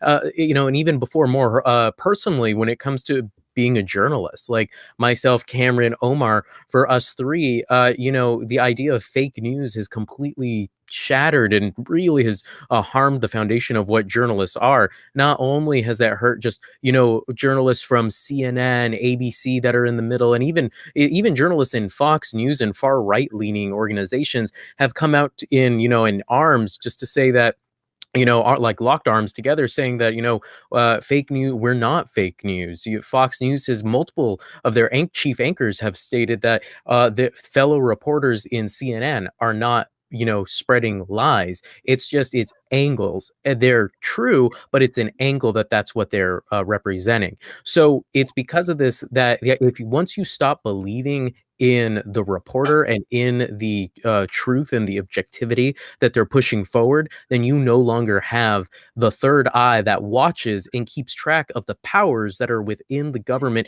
and within businesses and within the power and those who control the big, wealthy, and powerful. Because then who's going to watch them? If you don't believe what the reporters say, or you don't believe what's coming to you as fact, then there is no more checks and balances. And then who gives you that information? Do we become like a other organization, or not organization, another nation, like just looking at China that pushes its own news out, North Korea, that the government is the one that says what news is the real news, when in reality they censor everything and nothing is really allowed to get out, specifically looking at North Korea. And I'm just saying that it's a scary, slippery slope how that can evolve or devolve to that position. But I believe that, just even seeing how the Republican reporters, from Fox News, even defended journalism is that was unprecedented. And I think it should never have to happen again. But unfortunately, it's continuing to be a battle. And it's now evolved not only just to reporters, but now it's evolved to democracy and the country as a whole, whether or not people can actually have faith in who our politicians are, who our elected officials are, who our voters are. No longer can we have that. And at least that's what it seems to be going forward. And this trend and this pattern that President Trump and his campaign is pushing forward is just a very destructive one. That was just my quick take on what I've researched, what I've reported on, what I've witnessed as a reporter over the last 4 or 5 years now. But Cameron, I know again you haven't talked a lot. I'd love for you to hear any of your take from talking with Chris, what I just said, current numbers, whatever you want. This is your time right now. So yeah, what would you like to talk about? Well, I do want to get to the current numbers here because we're already at the halfway mark. 51% of the results are in, and both Raphael Warnock and John Ossoff are maintaining their leads. It's dwindling between Ossoff and Perdue, as well with Warnock and Loeffler, and now it's just jumped up to 52% of the results are in. So again, this election here tightening up on this special day with 2 elections in this runoff. I just, in terms of like getting back to this specific election and not the presidential one, I think we should talk about the money component here, because John Ossoff has raised $138 million. And Raphael Warnock has raised over $100 million as well, $124 million. But there have been a lot of conversations about Democrats like Jamie Harrison and Amy McGrath, who are challengers to Republican incumbents Lindsey Graham and Mitch McConnell. And Harrison raised over $100 million. Amy McGrath raised $94 million more than Mitch McConnell, but they both lost. So this may be a question for all of you. Does the money even really matter? Because if you see Democrats like Harrison and McGrath raising more but still losing, it may suggest that raising more money than the other candidate doesn't actually result into an electoral victory. I would love to hear, all of your perspectives. Can we get a look on the money coming through? Can we look at who has like the most money coming through out state? Do we have any of those? keep talking. I can see if I can pull something up for us so we can look at. Because I feel like John Ossoff definitely has most of the out-of-state money coming in, and John Ossoff, I believe, is a contender to win. I'm going to stand firm on David Perdue, but I believe John Ossoff definitely does have a chance. I believe he has most of the out-of-state money coming into his campaign. He has ran before. He is a known figure. Raphael Warnock is only known to his church and his area. I really feel like that race is going for the southern Georgia area, and the other race is going for the northern Georgia area. David Perdue versus John Ossoff. And that's why you see a difference between the candidates. You see more of a Republican on each side. On Warnock is not a Republican at all. He's more of like a far left person, but like he tries to have this like a Republican sense to him because he is a pastor, and he has that going for him. On the other side, you have a far left person going against a moderate Republican. So I feel like the far left person, it's seeming like the far left people are winning. So I feel like John Ossoff has a better chance too, because of his ideology and because of the money. And I feel like Kelly Loeffler has probably most of the money coming in from the Republican Party. And I believe that Kelly Loeffler has a bigger chance of winning that seat. Look, I got some money facts right here, specifically looking at so we have both Ossoff and Warnock have been receiving end of donations from liberal donors in New York City, Los Angeles, and San Francisco and Seattle. They've received New Yorkers have contributed $6 million to Ossoff and 4.7 to Warnock. The Biden campaign has or Biden's political team has pitched in $18 million to the Democratic candidates as well. Stacey Abrams has also been able to fundraise a lot of money for them, and that's the specifics on the Democrats. However, what I do have a note is that according to the analysis, Republicans have outspent Democrats by more than $50 million in both of the races. But that's what I have right now. Other than that, I don't really have too much information on specifically where else the money was coming from.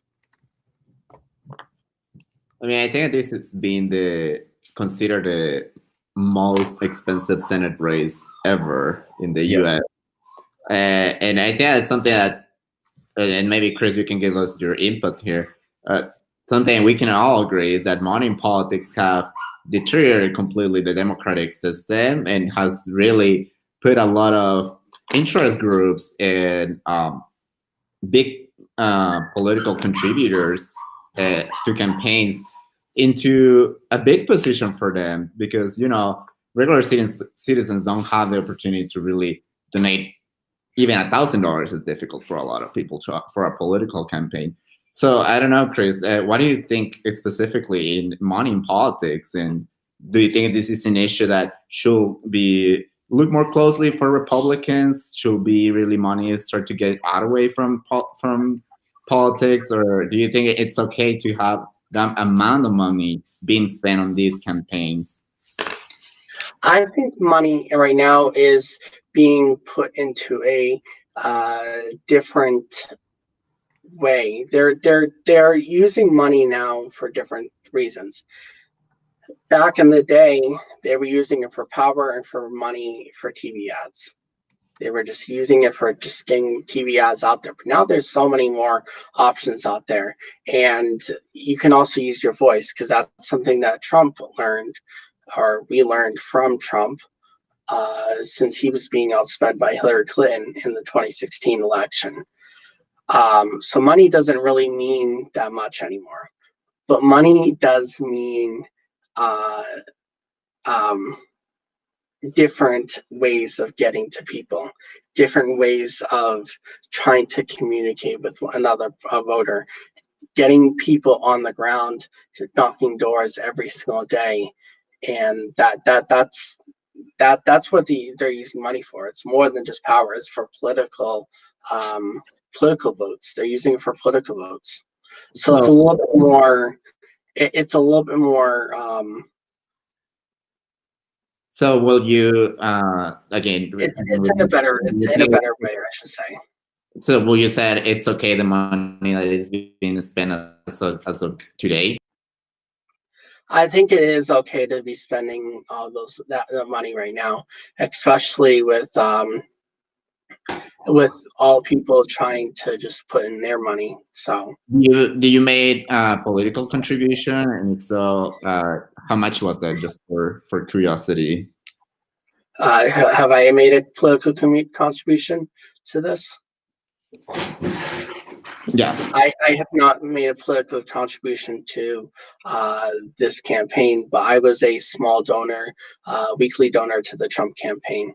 And later in the show, I'll be on here for a little bit. I would love to talk about some of the weaknesses of Trump, but I know this is about the Georgia Senate election.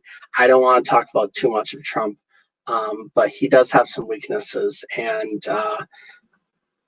I think that a lot of people that are Democrat would like to hear about that, because I believe and subscribe to the views of Ann Coulter. I think that she has it dead on about Trump.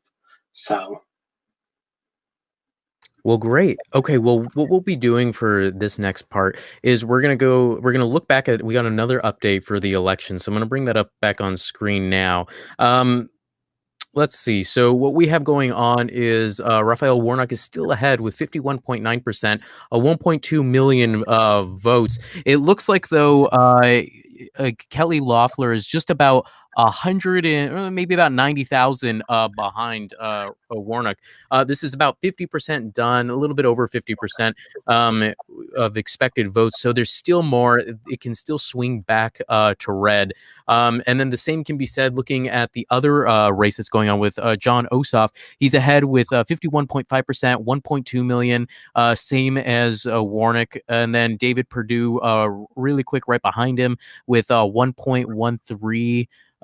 So again, it's literally the same exact in both of the races right now, about a 90,000 vote difference between each, and it's just really close. Again, there's still another few million votes that are still waiting to be tallied. As Alex Maher said before he left, that this honestly could go either way, but people should, feel either Democrats should feel either, a little bit more secure, possibly, seeing that a lot of these votes are votes that are happening as of today, and that the votes that are happening that are going to be tallied a little bit later tonight will be the mail-in votes, the early votes, and those will be the votes that'll be seen later, which usually are Democrat votes. But as what we did have other people say, though, it could also be, as what Daniel said before he got off, this could also be a blue mirage. It could be something that it could be going back and forth from the red mirage in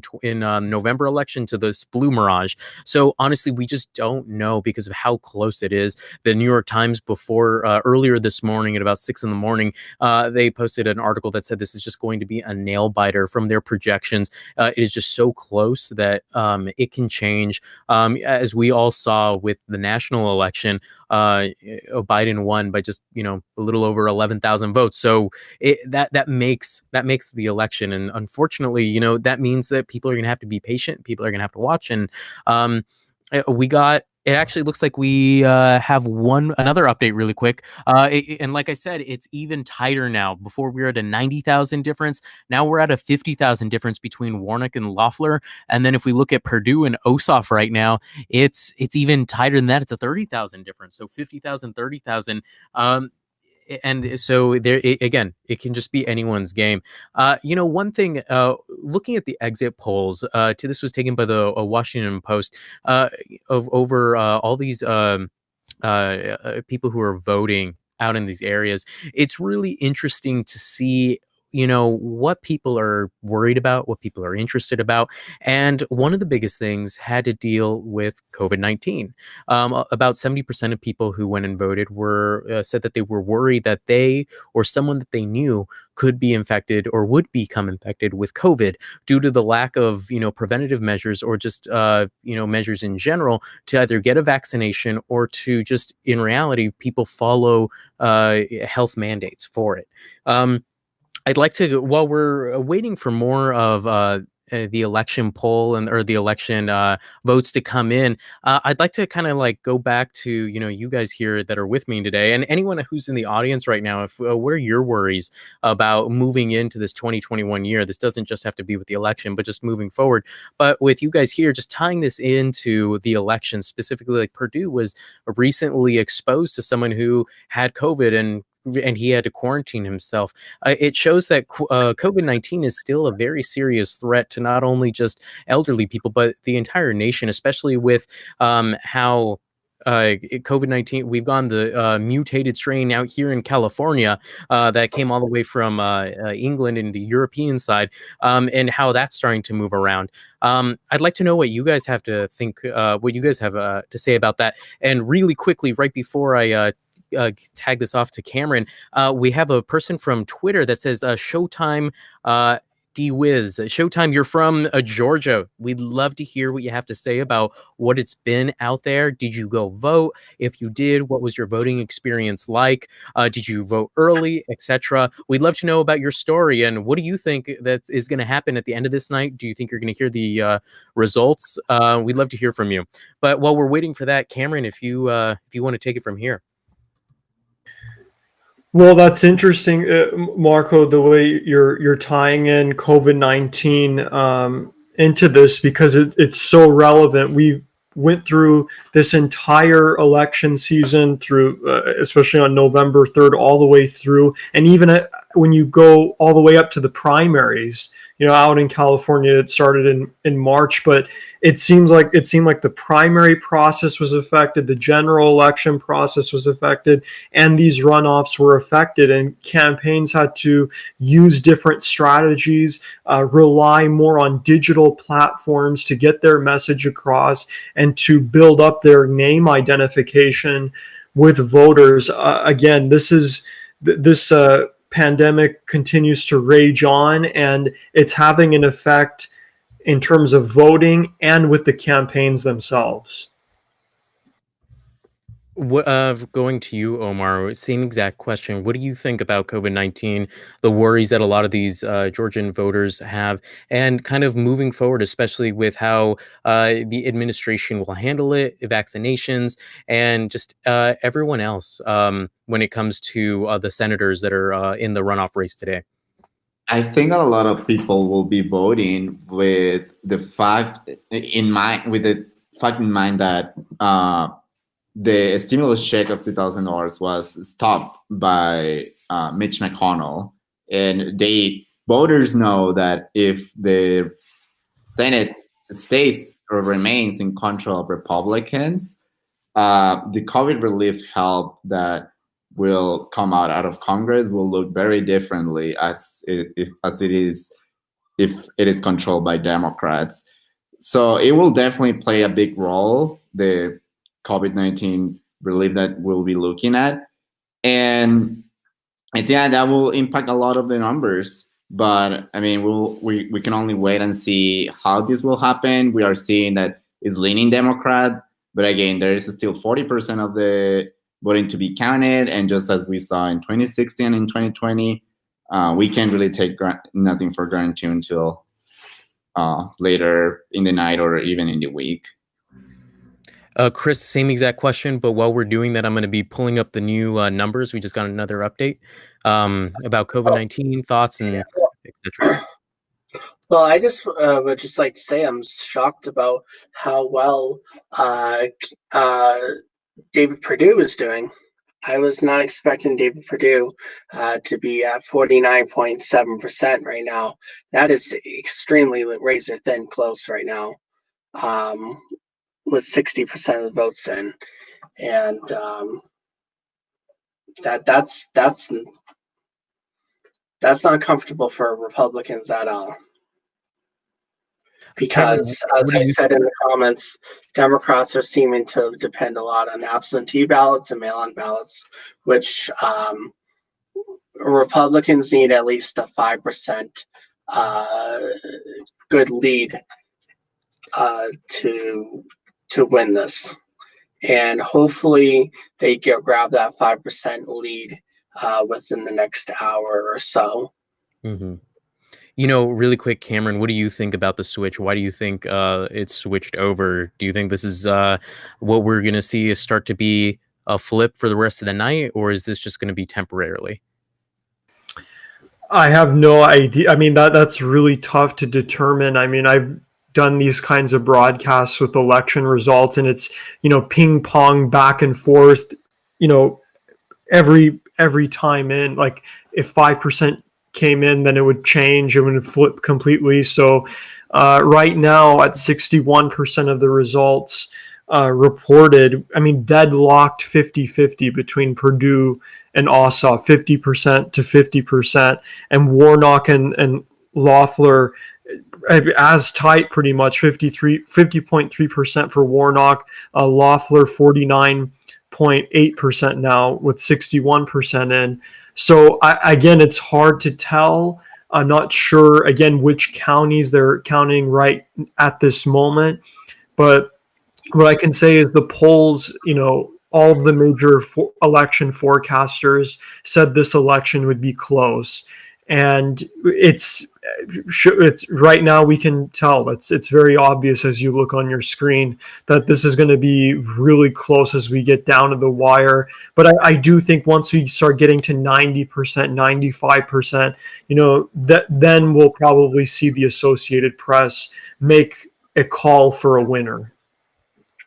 I believe if we start counting those really south Georgia area, I'm not sure if you have New York Times. I believe they show where the counties have been counted and have not been counted. But I believe as you get lower and lower, Kelly Loeffler is going to get more popular and popular. And Kelly Loeffler is the one I'm really looking at because I feel like she has the chance at winning a greater margin than David Perdue. But right now it looks like it's David Perdue, almost a 0.4 of President Moorhead. So, but yeah, I think COVID-19 today, as with the election 2 months ago, definitely had a effect on mail-in ballots and on those ballots. So it'll be interesting to see what happens later on as we get to 10, 11 p.m. at night. Completely. And yeah, kind of looking back at the election results for Ossoff and Perdue, it's just flipping back and forth. I think over the last 3 minutes now that we've had the screen up, we've just seen red and blue go back and forth, switching between the two. Perdue, now it was at 49.9. Now it's back to 50-50. This is as close as you can call it. I think it's going to continue like this for the rest of the night, unfortunately, where it's just unease. And actually, this is very similar to what we saw in the national election, too, again, with 49% to 50% turnout, with 50% being Perdue and 49% being Ossoff. It's curious just to see, will the same exact thing be done in this runoff election, or will, as Cameron mentioned earlier, will the absentee votes really go blue, and will the votes be counted later in the evening, which how they normally are, and will that end up pushing Ossoff to where he needs to be to cap it? I think it's really interesting to see that. And also looking at kind of the other one with Warnock and Loeffler. Warnock's doing amazingly better than what a lot of people and a lot of political analysts thought he would be doing. Originally he was at, I think, 38% in the national election, but then the Republican ticket was split with Loeffler and a House representative member. And so because of that, he won. Exactly, Chris. And but in reality, though, if Kelly was by herself, she could have won that entire and she could have won it by herself if this ticket wasn't split. But seeing it now, though, with a lot of the fundraising with a lot of the work that the Democratic team has done to work with just people out there and really kind of work on to stop voter suppression and really just get people to go out and vote, I think is showing right now in Warnock's numbers. Another thing, Chris, you mentioned earlier that Warnock had he's a reverend, and that's something that is really working with him well, especially with more of the middle Republicans, even some of the more farther, somewhat conservative Republicans on your side.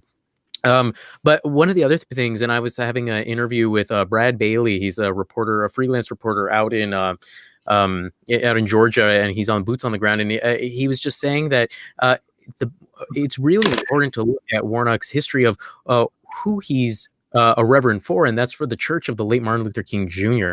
And so the community there is very united, is very connected, and on top of it, they are also, they're the Black community, and they support each other, as well as they're trying to get out and dig out of this voter suppression that they've been facing for years and years and years. And that's one big thing that I know Cameron and I talked about in another previous interview together, which was Stacey Abrams and the amount of work that she's been doing to really pull people out from, unfortunately, voter suppression, and has really tried to get people, register people to vote. Over 800,000 people were registered to vote by the national election due to her efforts alone, and her groups.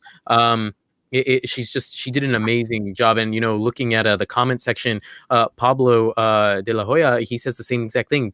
Stacey Abrams did a lot of great work to get the vote out there, and it helps both sides for more fair election because, and Chris, I think you can agree with this too, and correct me if I'm wrong, but, a democracy is when both sides are heard, not just when one is overpowering the other, and not just because the other one doesn't want to be heard. It's just because it's just because someone's telling them no, but if they're equally having a chance to, go out there and vote, and if one side beats the other, or however it turns out, it's a fair election, and I think that's really what people want, is for, people to go vote, be fair, and just to see the results. And Chris, you could reply if you want to say anything. Well, there's two things I'm thinking about right now. You were talking about one of my good friends, Rick Costa, just gave you an award. He's actually a youth pastor at a local church down in Danbury, Connecticut. He would agree with me by saying this, that Raphael Warnock has offended many offended many Christians by a lot of his rhetoric. He has rhetoric about abortion. He has rhetoric about the military. He has a lot of rhetoric against a lot of what Christians hold dear to them. So that is one thing that I would like to say, and the other thing was yesterday Donald Trump came out to support both David Perdue and Kelly Loeffler, and I think that one of the worst things that he ever did yesterday was bring up Ivanka Trump and totally ignore David Perdue. He never brought up David Perdue during his rally. He brought up Kelly Loeffler, who I was thinking that might be the winner tonight, but he did not bring up David Perdue, and I think that was one of his faults last night too. To jump in really quick, just an interesting point. I think when we're talking about Warnock and Loeffler, you mentioned Warnock, and I want to make this point here regarding Warnock and Loeffler and what you see on the screen. I think it's really fascinating to see where those other 19 candidates go who were in the supporters of the 19 candidates who were in the November 3rd election, because in that special election, there were 19 other candidates besides Warnock and Loeffler running. And it's going to be really interesting to see where the supporters of those candidates end up going. And we'll find that out, once we find out a winner, we'll know where did those, the supporters of third party candidates or Republicans like Doug Collins or the other Democrats that were on the ballot in that election, and see where they really turn to. Did they not show up to vote? Did some of those people not show up? Or who do they go for? And as you see the margin dwindling there up top between Warnock and Loeffler, every vote, especially with those third party votes or those independent candidate votes, where they go will be really fascinating to see, and it may put one candidate over the top. I don't think, Cameron, sorry to interrupt you, but I don't think that there is any third-party candidates in this race, because I don't think they're allowed to run. I'm not talking about right now. I'm talking about on November 3rd. There were 9 other candidates. Yeah. I think that's something worth mentioning also is the fact that during the November election, a lot of people split their vote between Biden and also a Republican Senator, Perdue. And even though Biden led the margin with over 11,000 votes, Perdue still had a lead over the Democratic candidate for over 50,000 votes. So we'll see how that will play out this time, especially again, getting back to the COVID conversation, how the fact that Mitch McConnell blocked the aid and the stimulus check of $2,000, how that will play out, and how the voters that decided to split the vote to give the Senate to Republicans and the executive power to Biden, how that will play out this time. Will Republican voters in the Senate will really turn their back because of the stimulus check and vote for the Democratic candidates? We'll see that. Completely. I'm actually going to take a second, and I wanted to ask Chris specifically. Chris, what do you think about really just kind of, I'm going back a few steps to COVID-19 and kind of like with the vaccination and with kind of what Biden has to do with uniting the country. Once his administration takes over, and specifically, I guess, for all the Republicans out there, in the instance that the GOP is not overthrown and that he is initiated and is put in as the president, then what do you think has to happen for the rest of the country to follow, get the vaccination, to follow Fauci's, advice to, be safe, stay healthy, and follow, not only just get the vaccination, but follow the rules of get it for, 2-3 weeks, then get the second dose, then finally wait another week, then you're finally 95% secure. What do you think it needs to take for the Republican side to listen to Fauci, listen to the Biden administration, to follow through with that? What I believe needs to happen is, which I really hope that this does happen, is Joe Biden needs to take an hands-off approach to all this. He needs to basically say, this is available, this is the vaccine, it has these benefits, have Dr. Fauci, have all these other people, tell them what the benefits is, tell the American people, and just leave it at that. Don't be forcing down people's throats like you have to go to get you have to be mandated to get a vaccine by this date. Don't be mandating anything. Don't be mandating a flu shot. I think that was one of the biggest mistakes that that a lot of schools did, was create a flu shot mandate this past year. I believe that we need to not do mandates, do what the science says, like have the options out there. I think people are going to go for it. I think that there would be unity. I think that a lot of people would be okay with it. Just don't go for mandates. That's where the Democrats and Republicans always clash, because Republicans don't believe in mandates, Democrats do. So if they just don't, if they don't do mandates, I feel like there wouldn't be any issues. There won't be any problems. So I have one thing to say about that, and then after your response, then let's move on to one last thing before we end for the night. So really quick though, with no mandates though, then in the situation that, let's just say, a lot of Republicans don't get the vaccination, that won't solve anything. Sometimes having a mandate, at least from the government's point of view, it seems like needs to happen so that people can get vaccinated, so that they can go through the process, so that they can become, inoculated, where they're no longer able to spread, or at least get sick themselves and, spread it amongst other people. As Dr. Fauci said, if 50% of the nation gets vaccinated, it's not enough. It needs to be over 75% of the whole nation to be vaccinated in order to immediately start curbing the spread of the virus.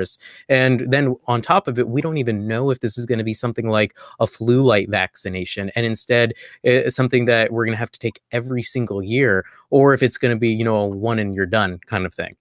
So in that situation, final question to you is, how do we, I know you said that there's no mandate shouldn't happen, but if Republicans or, the far right still doesn't listen to get it, then I think you're overestimating the amount of people who will refuse this vaccine. I think 75% will take this vaccine, regardless if there's mandates or not. There are people out there that are waiting to get this vaccine, that want this vaccine and everything. I was just in a Boston Republican meetup meeting where one of the older folks said that they are just waiting for this vaccine. They don't like mandates. They hate mandates. A lot of Republicans hate mandates. Like 99% of Republicans hate mandates. But they will take the vaccine. I don't think that mandates don't work. Mandates are a tool of a socialist and communist government, a big government, and they're not needed. A lot of things were very successful in American history without mandates. Well, thank you so much for all of that, Chris. No, really, thank you. Really quick, what we're going to do now is we have a live map from the New York Times that's coming up onto your guys' screen right now. We're going to look at this and we're going to see pretty much where everything is at. This is a detailed breakdown of the Georgia state runoff elections. So what we can see here, I believe you can be able to see my my mouse. Cameron, are you able to see my mouse moving around? I'm not able to see the stream at the moment. Yes, I do. Okay, great. So what we have here is we have Warnock is a 0.28, Perdue 0.46. Again, as we said, the Ossoff and Perdue has been going back and forth within just minutes of each other. So this one will be a very, we just don't know. And again, Warnock has been barely ahead of Loeffler for this entire night. We haven't seen Loeffler take the lead on Warnock yet, but it seems like with this 0.28 point lead, it could happen anytime. And as we said with Perdue, it could go back. Here are the numbers for Warnock and Loeffler. Again, it's just it's less than it's 12,000 votes difference between the two. So very small. 68% reported. Overall, 2.8 million people have voted in. Judging by the size, it looks like we're expecting another I would say like 1.4 million people is what we're thinking for the estimated votes remaining. Then we have go ahead. I just want to say, I believe that if one candidate pulls ahead about 5%, I believe that's who our winner will be, regardless of who.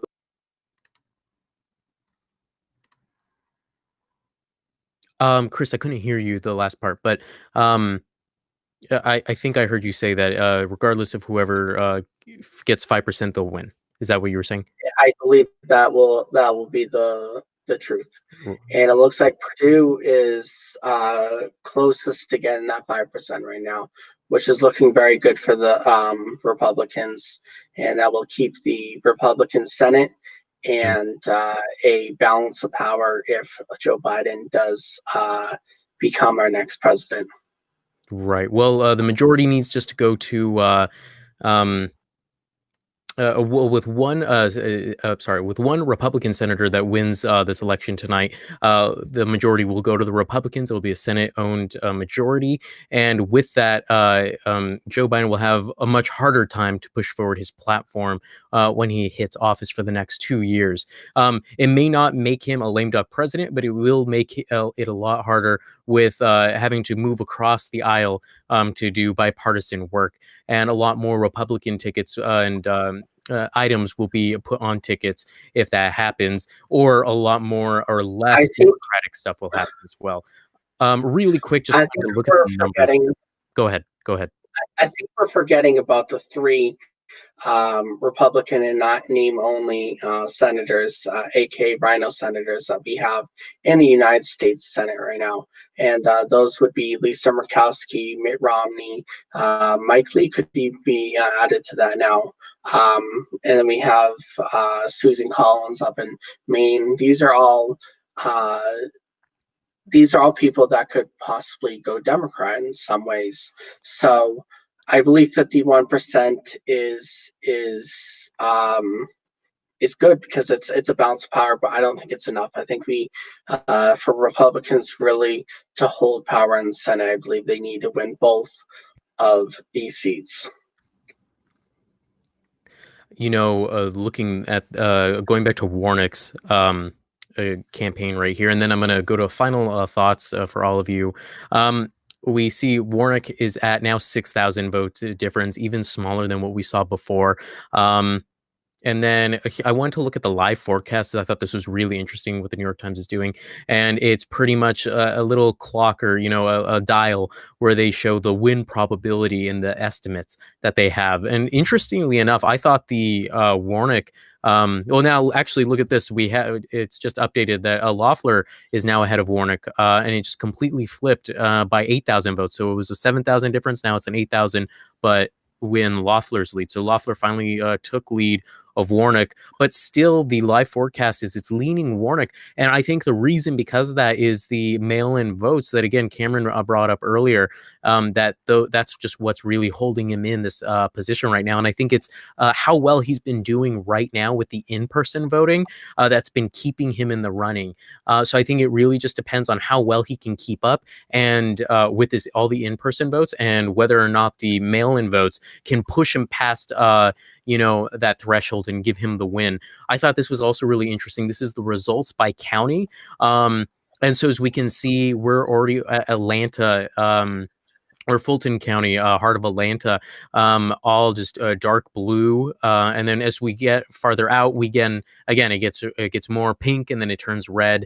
I think most of it is we're hitting 50%, 70% here and there. Nothing seems to be 100, but the closest ones seem to be the main cities. So it looks like we still have some that are 0% out in Floyd County.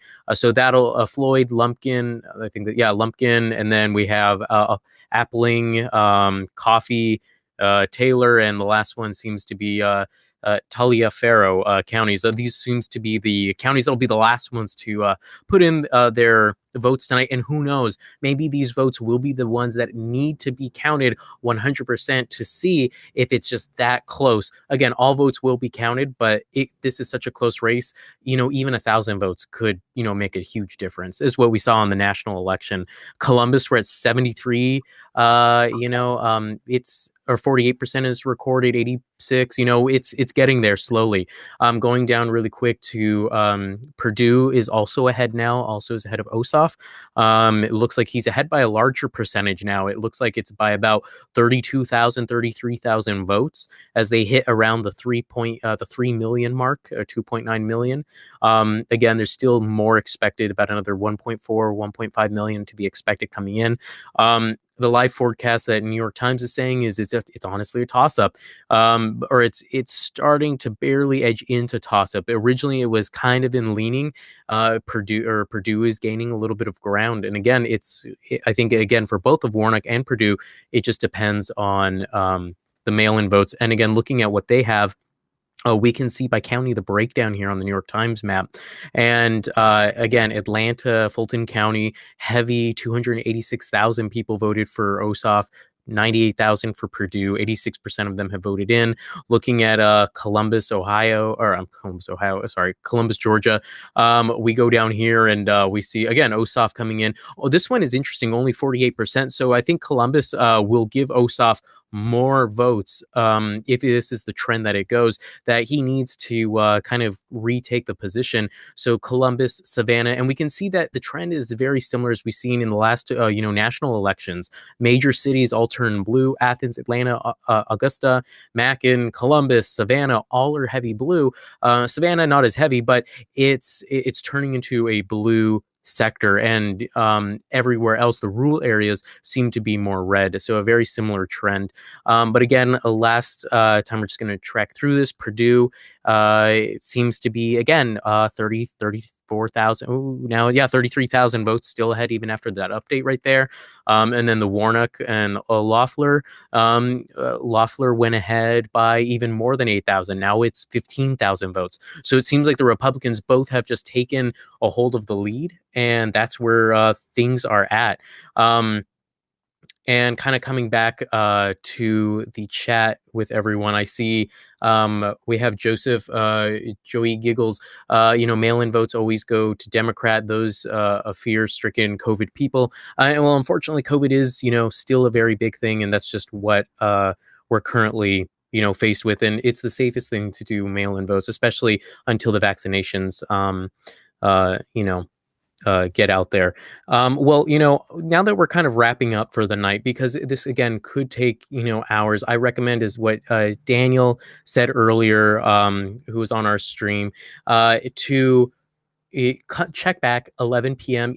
Pacific time. That's 2 in the morning Eastern time. Check back, look at the updates, see where it's at, because I think that's where the numbers will finally start slowing down around that 11 a.m. or 11 p.m. to 2 a.m. mark. And from there, we'll actually see like kind of an idea on where things are at.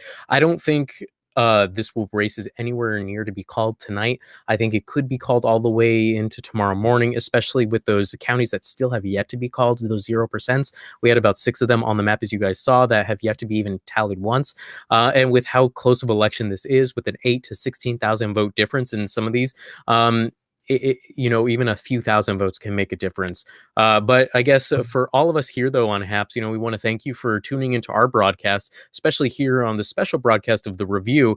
And, signing off, I'd like to, talk and, say thank you so much to Cameron Sadehi, Omar Rincon, Chris Bartley, surprise guest from Chris. Thanks for joining us, especially, being under the gun. I know you were under a lot of heat for that for a minute there. And but thank you for taking, and I think it's very important that people from both sides of the aisle especially come and have a conversation about this, because I think just like in politics, here in journalism, everyone should be represented. So thanks for coming and doing that, just like with Bernie Sanders going in on Fox News and getting a bonfire under his seat, but still doing it nonetheless. I think that shows a great part on your point for coming here. And with we had Alex Maher earlier, and we had Daniel Beckman, also journalists, but also Democrat activists who were there as well. So thank you to everyone. And if you guys want to say any closing thoughts, I'd love to give you guys some time. So Chris, Cameron, Omar, if you guys want to take the stage, starting with Chris. And I think it was Alex Mahar that had a Newsmax person on last night. I think it was either Alex Mahar or maybe it was you, Marco, but there was a Newsmax person on here last night, and I believe that that channel is one of the realest channels out there right now. I know that's not a word, but I'm going with it. Joey Eagles, I see you out there. I just wanted to give a shout out to Joey Giggles. He does a lot of good work with the disabled community, and he does a lot of conservative political work too. As a person with disabilities too myself, I really appreciate Joey and everything he does. Just wanted to put that out there. Great. Thank you, Chris. As Cameron. my close. Thanks, Chris. Cameron, thank you for being here. I know you've come multiple times on the show with me, and I think tonight has been an exciting night, especially since it's been a long broadcast, but I want to thank you for being here and giving your insight on everything from COVID to the election numbers and keeping us up to date on the numbers, how far we are, and just where the projections are going. Thank you, Marco, and thanks to all of you who are watching and everyone, Chris, Omar, everyone, Daniel, Alex, everyone who's participated in this broadcast. I really appreciate it. This is going to be down to the wire. This Georgia Senate, these two Georgia Senate runoff races. I think we may not know even by tomorrow. So we'll see what happens there. And I think as a closing thought, I think it's good to point this out because a lot of people are saying that one party, if Republicans keep both seats or if, Democrats win both seats, or if there's a split, that one party will, run away and have a fast track to do whatever they want. And I do not think that's true. I think we should, take a step back with these two races and really evaluate and understand that both major parties have factions within them. And, Mitt Romney is not the same as Josh Hawley as a Republican. And Joe Manchin as the Democrat is not the same as, a progressive Democrat senator, So I think if we realize that, then we won't, get caught up in the hype of, one party is going to have a fast track to do whatever they want. When we realize that both parties have have ideological diversity within them. So that's really important. And I think that should be stated here tonight because, a lot of commentators and sometimes political operatives have hyped this up saying that one party is going to have a fast track to do whatever they want over the other. And I've noticed both sides are kind of playing into this rhetoric, and that's just simply not true. Thank you for that, Cameron. Thank you. And then Omar, thanks again for being here. I know you were out in DC the last time we spoke. I'm not sure if you're still there, but nonetheless, thank you for attending. You've been a great, voice here on the review, and thanks for being here tonight, especially tonight. No, thank you. It was a very delightful conversation. I hope that by the end of this election, both sides, regardless of the result, can come together and really accept the results and really put forward the American people interest, because as I see it, Chris, I know you have the best intentions, just as we do. In every side there are good intentions, I believe so. I don't think anyone is batting here. We just have disagreements in our vision. But I think it's time to come together, especially in a time of crisis such as the one that we are facing today. And I hope that American people can see that and we can come together with the new administration coming up in January 20th. Excellently said, Omar. And again, I want to thank everyone so much for being a part of this broadcast. It was a long broadcast, but thank you for being a part of it, even if it was at the very beginning or here at the very end. We here at Happs, dedicate ourselves to giving you the best that we can in our journalist work, in our activism and in our broadcast that we do for you guys there at home. I want to thank all of those people who donated, gave stickers, tips to us today. This is something that we do voluntarily on our own free time. And it's something that we do because this is what we love to do. And this is what we do for the people at home. So again, thank you everyone for attending. Please go ahead and subscribe. Follow us on our social media accounts here on Happs as well. Omar, Chris, Cameron, Alex Mohair, Daniel Beckman, Brad Bailey, and myself, Marco Torres. We all thank you for attending this special broadcast of The Review.